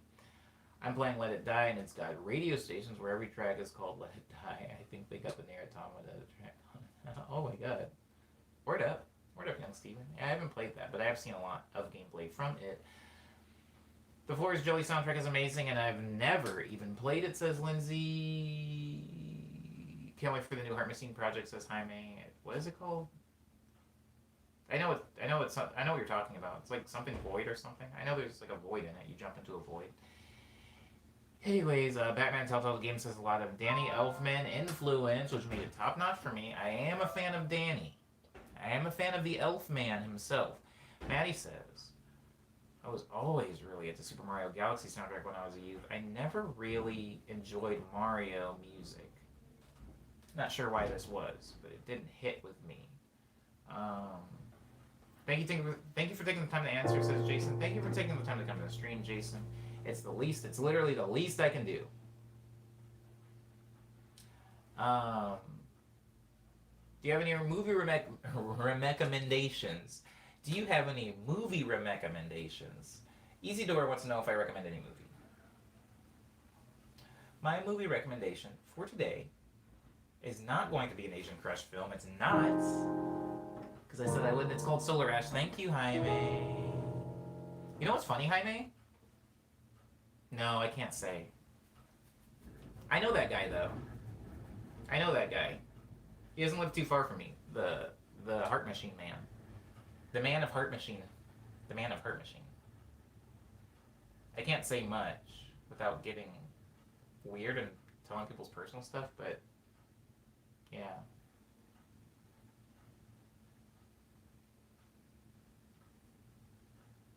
Yeah. We're like connected in really weird ways. Anyways, Liana says, Katamari OST is one of my faves. Oh, Liana. Oh, Liana. Oof. Oh. Oh, Liana. Katamari OST is like on this very specific pedestal for me because it helped me as a musician think about how I wanted to approach music. So I almost don't even list it with these because it's not even just a good soundtrack in a video game. It's like the soundtrack in a video game for me. So, yeah, Jesus Christ, that game. Ugh, that music. Okay, yeah, so that's it. Jason, I'm gonna give you 3 more because I want to move on.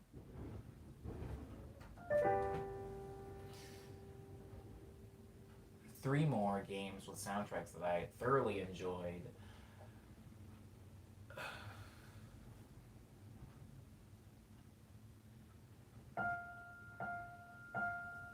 Did I overpromise? Can I even think of 3 more games? I guess stay tuned, find out. Kingdom Hearts has a pretty good OST. Ugh. Yes, it does. I'm just not including any of the Disney recreations. So that's 1. 2 is going to be...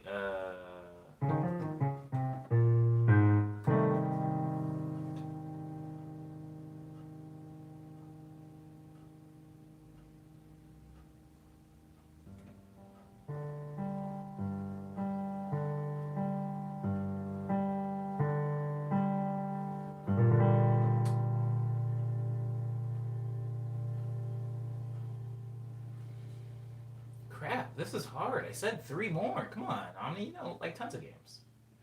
Yeah. I'm not going to list any more fighting games. I'm making that a thing. I'm deciding not to do now.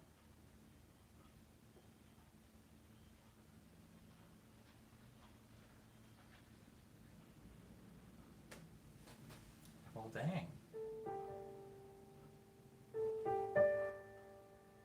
Oh my god, Uncharted. Oh, Uncharted. The whole series. So that's 2. I do love the music in that game. Very, very cinematic, very fitting for the platform and the game. Another game with a soundtrack that is amazing is Jet Set Radio. The first one. Not necessarily the second one, the first one. Amazing. Hideki Naganuma. Ooh, that boy cooking. Okay, I beat Final Fantasy VIII recently. Eyes on Me is a jam. Eyes on Me is a jam. I'm a big fan of that Waltz for the Moon. I'm a big fan. Dragon Quest VIII OST is probably my favorite RPG soundtrack. So good, says Nicholas. And Final Fantasy X is really good. I can agree with you on both of these. Pick a rhythm game, says Jaime, when I couldn't think of another game. Cyber says I'm in the bass line.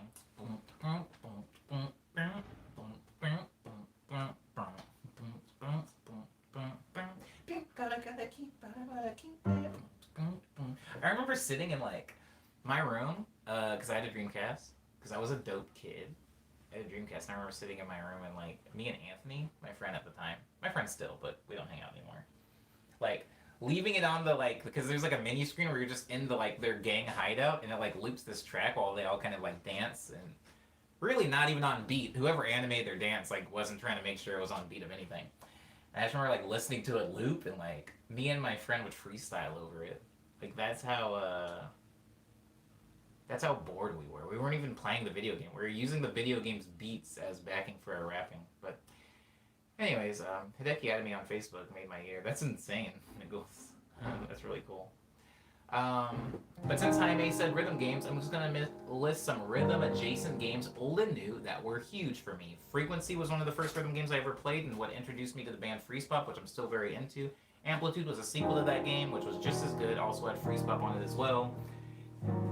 I don't really need to install the Bimani games, but all the Bimani games, Beatmania, DDR, I'm like really a big fan of all of those games. Space Channel 5 was huge for me. Parappa the Rappa, Jammer Lammy was also pretty huge for me. As for maybe something that's still pretty old, Rez was another good one. It was like a rhythm railed shooter, some more modern stuff that's rhythm oriented that was good.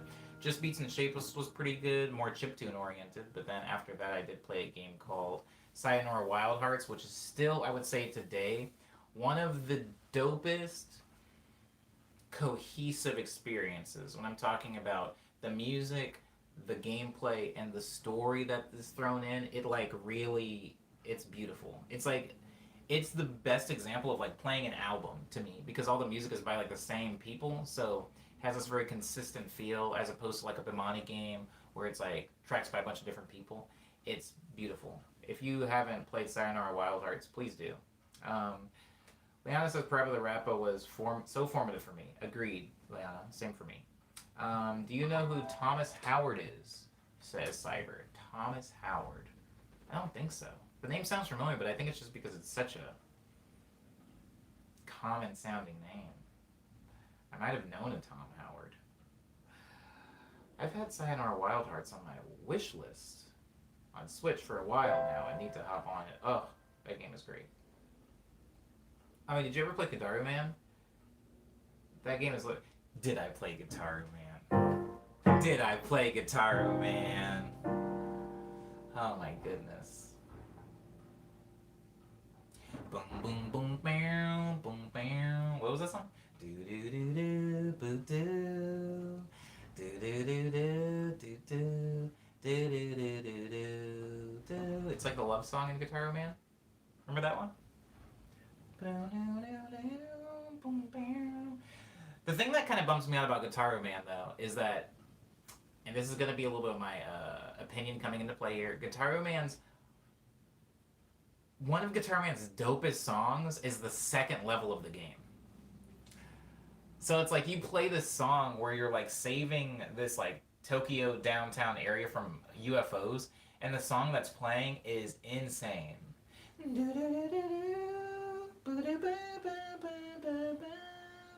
And they make you play this like really long like guitar solo while he's flying on a UFO. And you do like a harmony with the female vocalist. It's amazing. And then like that type of music never comes back into the rest of the game. Each level is a different genre, which I totally get. They have like a more salsa level, there's like a jazz level, there's a reggae level, there's like a rock and roll level, like a hair band type level. And I get it. But that second one, which is like more of a like J-pop, synth-pop thing, it's so good.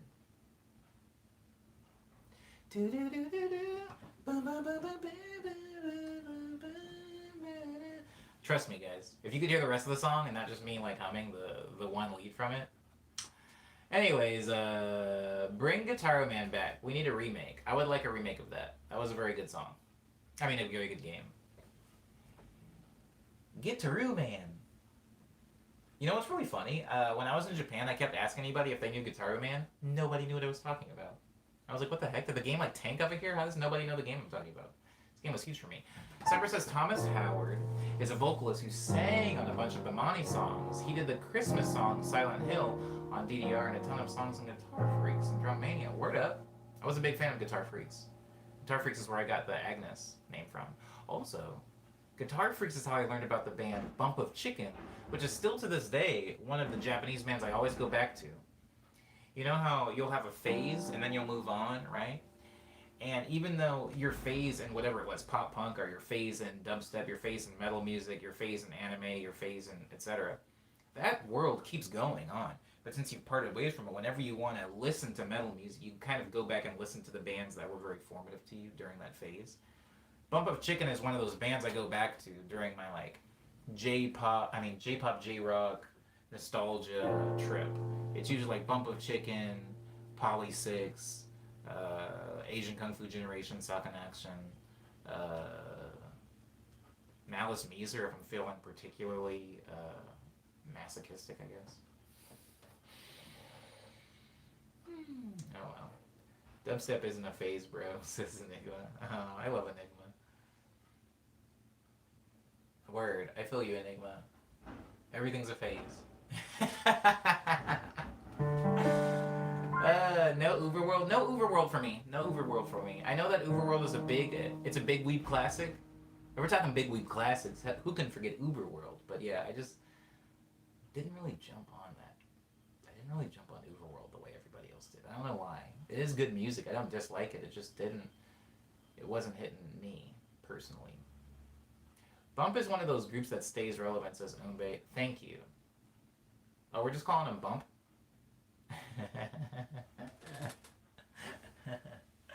I like Enigma. No, I mean...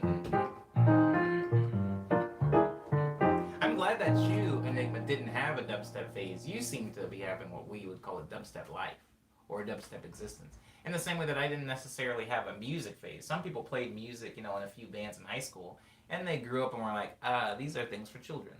And they stopped being in bands. But,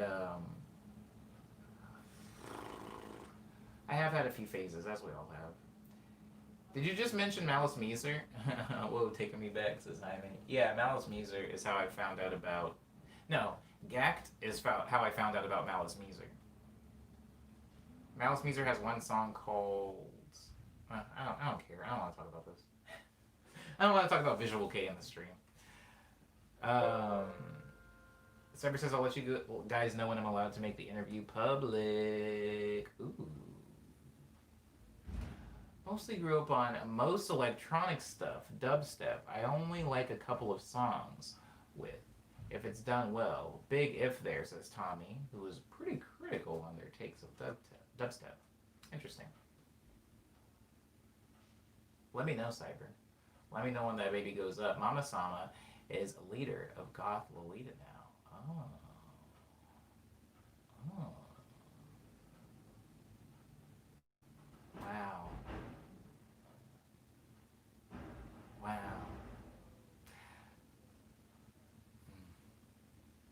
Just not my cup of tea, says Tommy.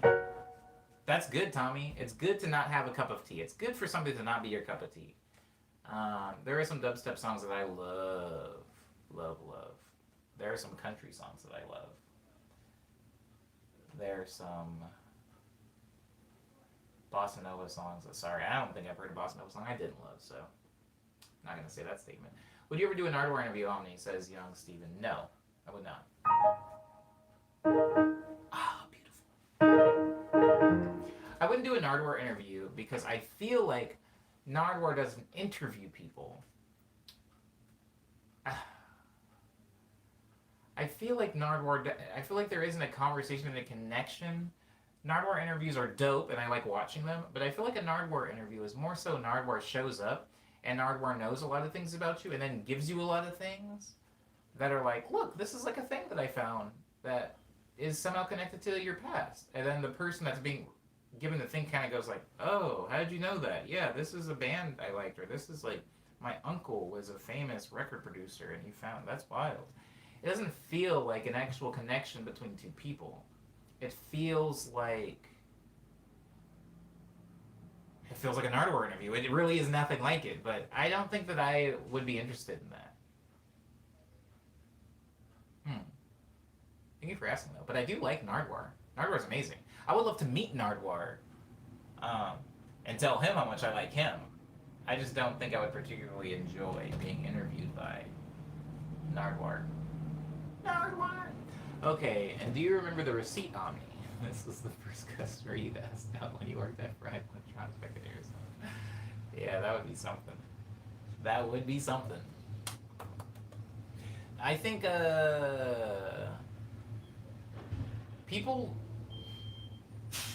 whatever. I'm going to say this thing and then I'm going to move on, because we do need to start wrapping it up.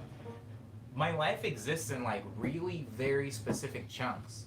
And everybody's life does. I'm not special in that. We all have specific chunks, right? Like, you had your elementary chunk, you had your junior high, your high school chunk, you had your college chunk, you had your chunk when you were a pharmacy tech, you had your chunk when you were a physical trainer. Usually these things kind of exist in, like, contained capsules. By contained capsules, I mean, I don't currently know anybody from elementary school. Not that I attended school with. I know a few people that I knew while I was in elementary school, but all of the people that were in my elementary school do not exist in my personal life at all anymore. I can say the same thing about the people in junior high and almost with high school. I still talk to one person from high school, and I talk to him maybe once a month. That's a lot. Maybe once every other month. And then I see him once every other year or so. So I have these contained spheres, you know, of my life, these big chunks. And something that's really interesting is when I moved from Arizona to Los Angeles, you guys,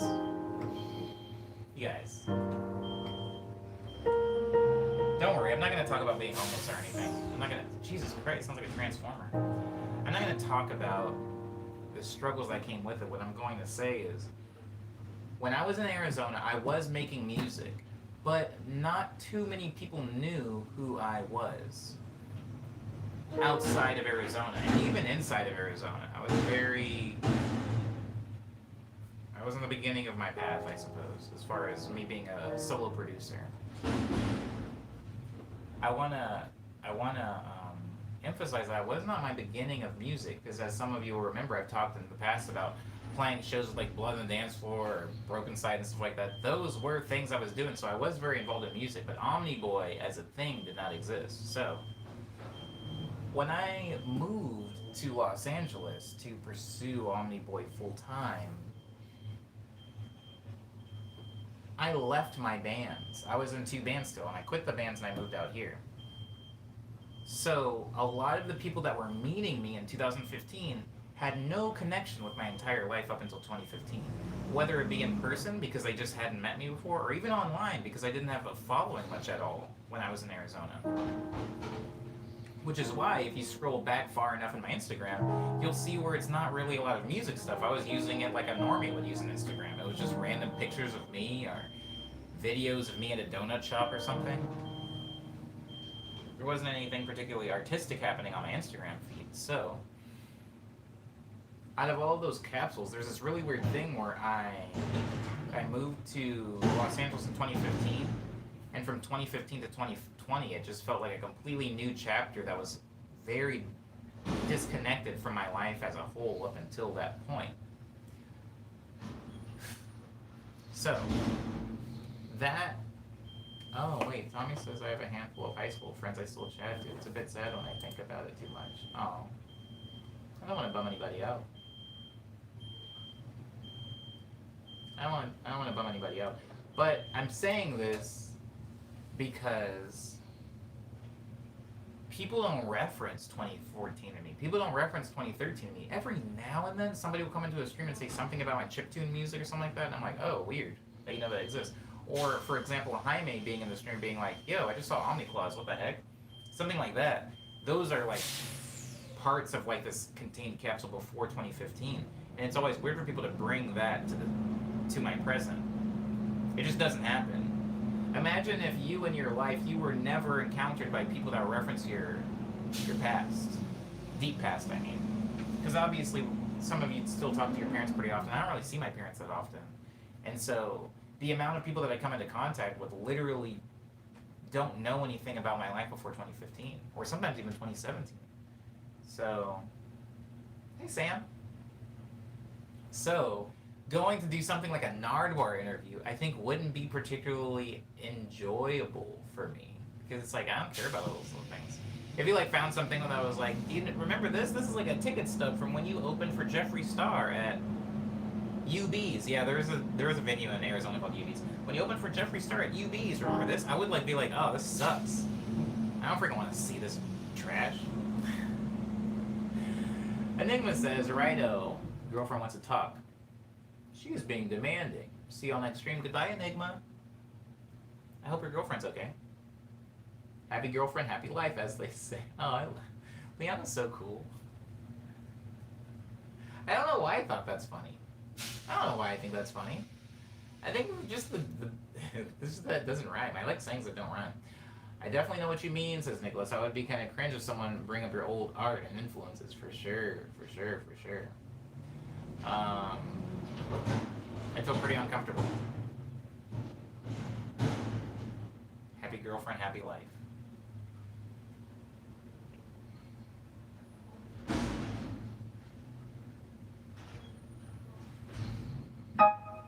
I have releases, guys. So I don't just sit here and talk all the time. I do release music. I have 2 releases out. One's called Ego Death, the other one's called Quick Breath. We talked about them kind of at length in the stream today, about an hour ago.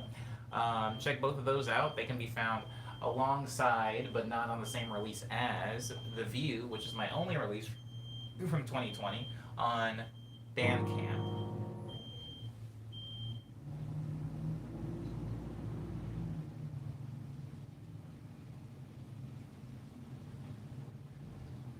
There's this man who's just been here a lot lately, and I'm like,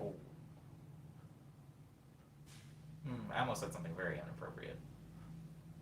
There's this thing in the cul-de-sac sometimes where like boys would show up, and I was like, you don't live here, you're probably just smashing somebody that lives here. But this man, his whole everything is very peculiar, and he does look directly into my window from pretty far distance. He just looks into my window, and then when he sees that I'm looking back at him, he takes out his phone. He pretends he's been on his phone. You haven't been on your phone. He's looking directly at me.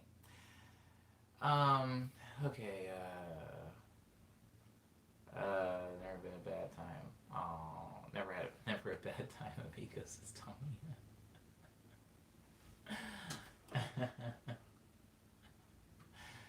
Oh boy, happy girlfriend, happy life.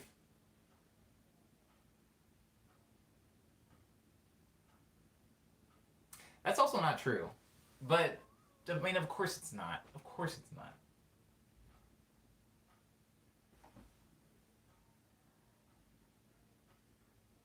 Now he's just taking pictures of license plates. I'm so confused. What does this man do?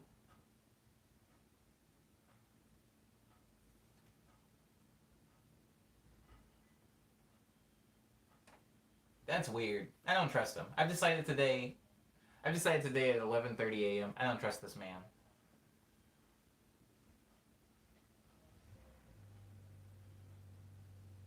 Sorry, guys. What a horrible way to interrupt the stream. Okay, CIA says Nicholas. Bandcamp, SoundCloud, Spotify, iTunes, Apple Music, Google Play, Amazon, MP3 Tidal, Deezer, Pandora, Napster, and YouTube is where you can hear all my music if you want to hear all of my music. YouTube does have Speed Dream. YouTube does have Speed Dream, by the way. He's taking a picture of my window now. This is so weird. Okay, I mean, anyways, maybe he's lost. Maybe he's trying to take pictures of his surroundings, like to figure out how to get home. Thank you, Cyber. Speed Dream is good.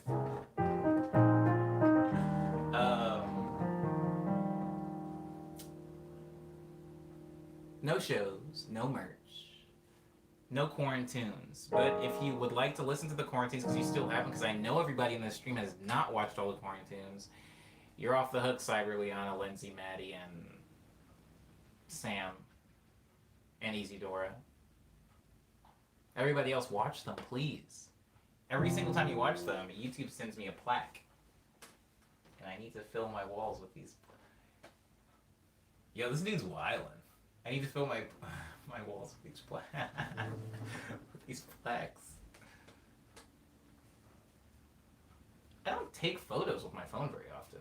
Something I'm realizing only now. I don't take a lot of photos. Daco is the best, says Jaime. Aw, thank you. Thank you. Watch the Quarantunes. This song is called Hush Hour. It's about people driving in Hong Kong.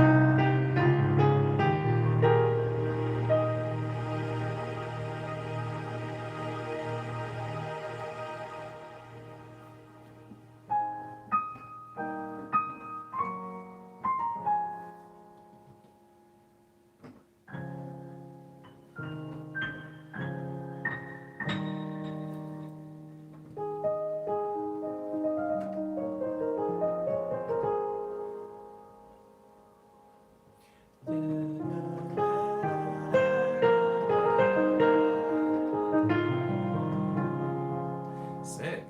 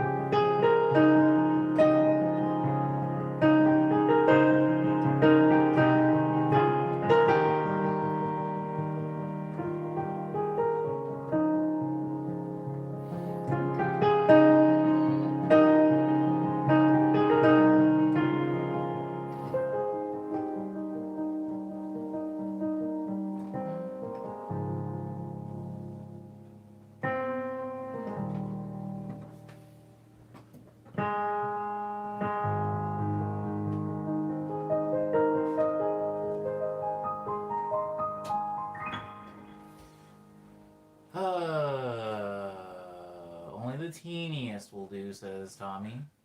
In reference to pictures? What are you talking about? Oh, I'm so hungry. Oh, it just hit me. It hit me just like that. Holy crap, how'd they do that? Oh, is that what type of Tuesday we're having? Is it a tiny Tuesday or is it a teeny Tuesday? Thank you everybody for being respectful of me. And lock your door on, he says Easy-Dora.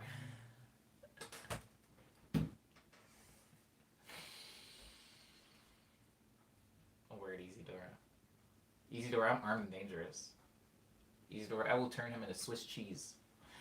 Tommy says, scroll up, Sir Omni. Also have a snack. I will eat something. Holy crap, I didn't realize I could pause the stream. Sue says, say, this my internet keeps lagging. The stream, take care, everybody. 5 minutes in the future. Oh, Sue's so cool. Sue's a really nice person.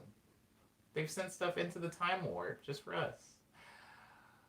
Corn soon served best in a bowl. Yes, no plates. Plates are for losers. Now I'm concerned about the cul-de-sac creep. Don't worry about it, Lindsay. We'll deal with him. If I was you, Omni, I would take a photo of him and see what he does. I don't want him in my gallery. No dumpos in my gallery. I'll have a tenacious Tuesday, says Cyber.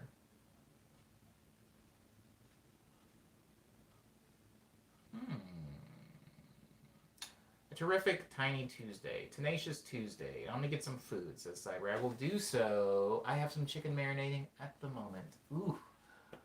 Oh my god. Oh, it's gonna be so good. Oh, I have some pretzel bread. Oh my goodness. We're gonna tear it up. Yeah, it's almost noon. I can do that. It's past breakfast time.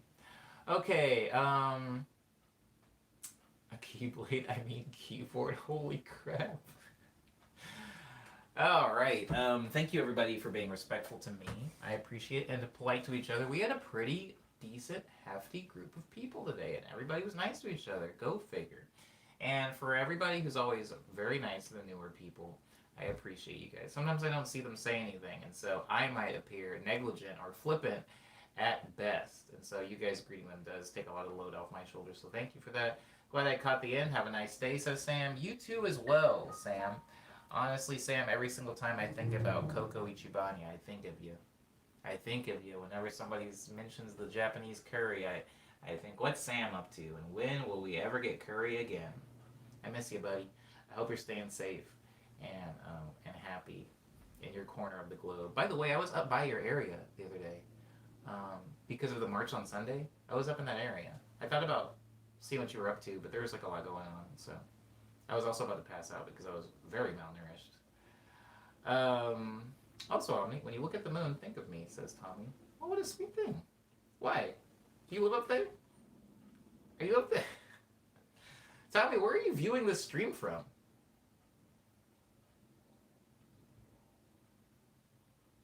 Where are you? Oh, word up, Sam. Word up, I feel you. Tommy wants me to think of them when I look at the moon. Tommy, I'm gonna be real with you. I never look at the moon. I never look at it. Never. When people say, oh my god, Omni, the moon's so beautiful tonight. You know when somebody goes, oh, can you see the moon? And you do one of these really quick and you don't even see it?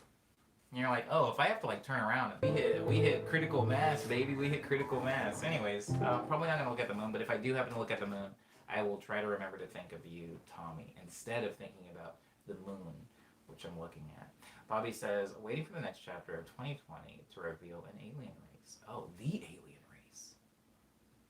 Bobby, it's us. Bobby, it's us. Oh my god, Bobby, me and you. We're the ones. We're the thing. We're the thing. That's why it's so hard. That's why it's so hard. Aliens. Omni will transform into a Super Saiyan if he looks at the moon for too long. Great Ape Omni. I like this reference. Again, thank you everybody for being respectful to me and polite to each other. It means a lot. It's the internet that isn't a thing I take for granted ever, because the internet's an awful place. I'm reminded of this every day I log on to Twitter, so thank you for not being like Twitter.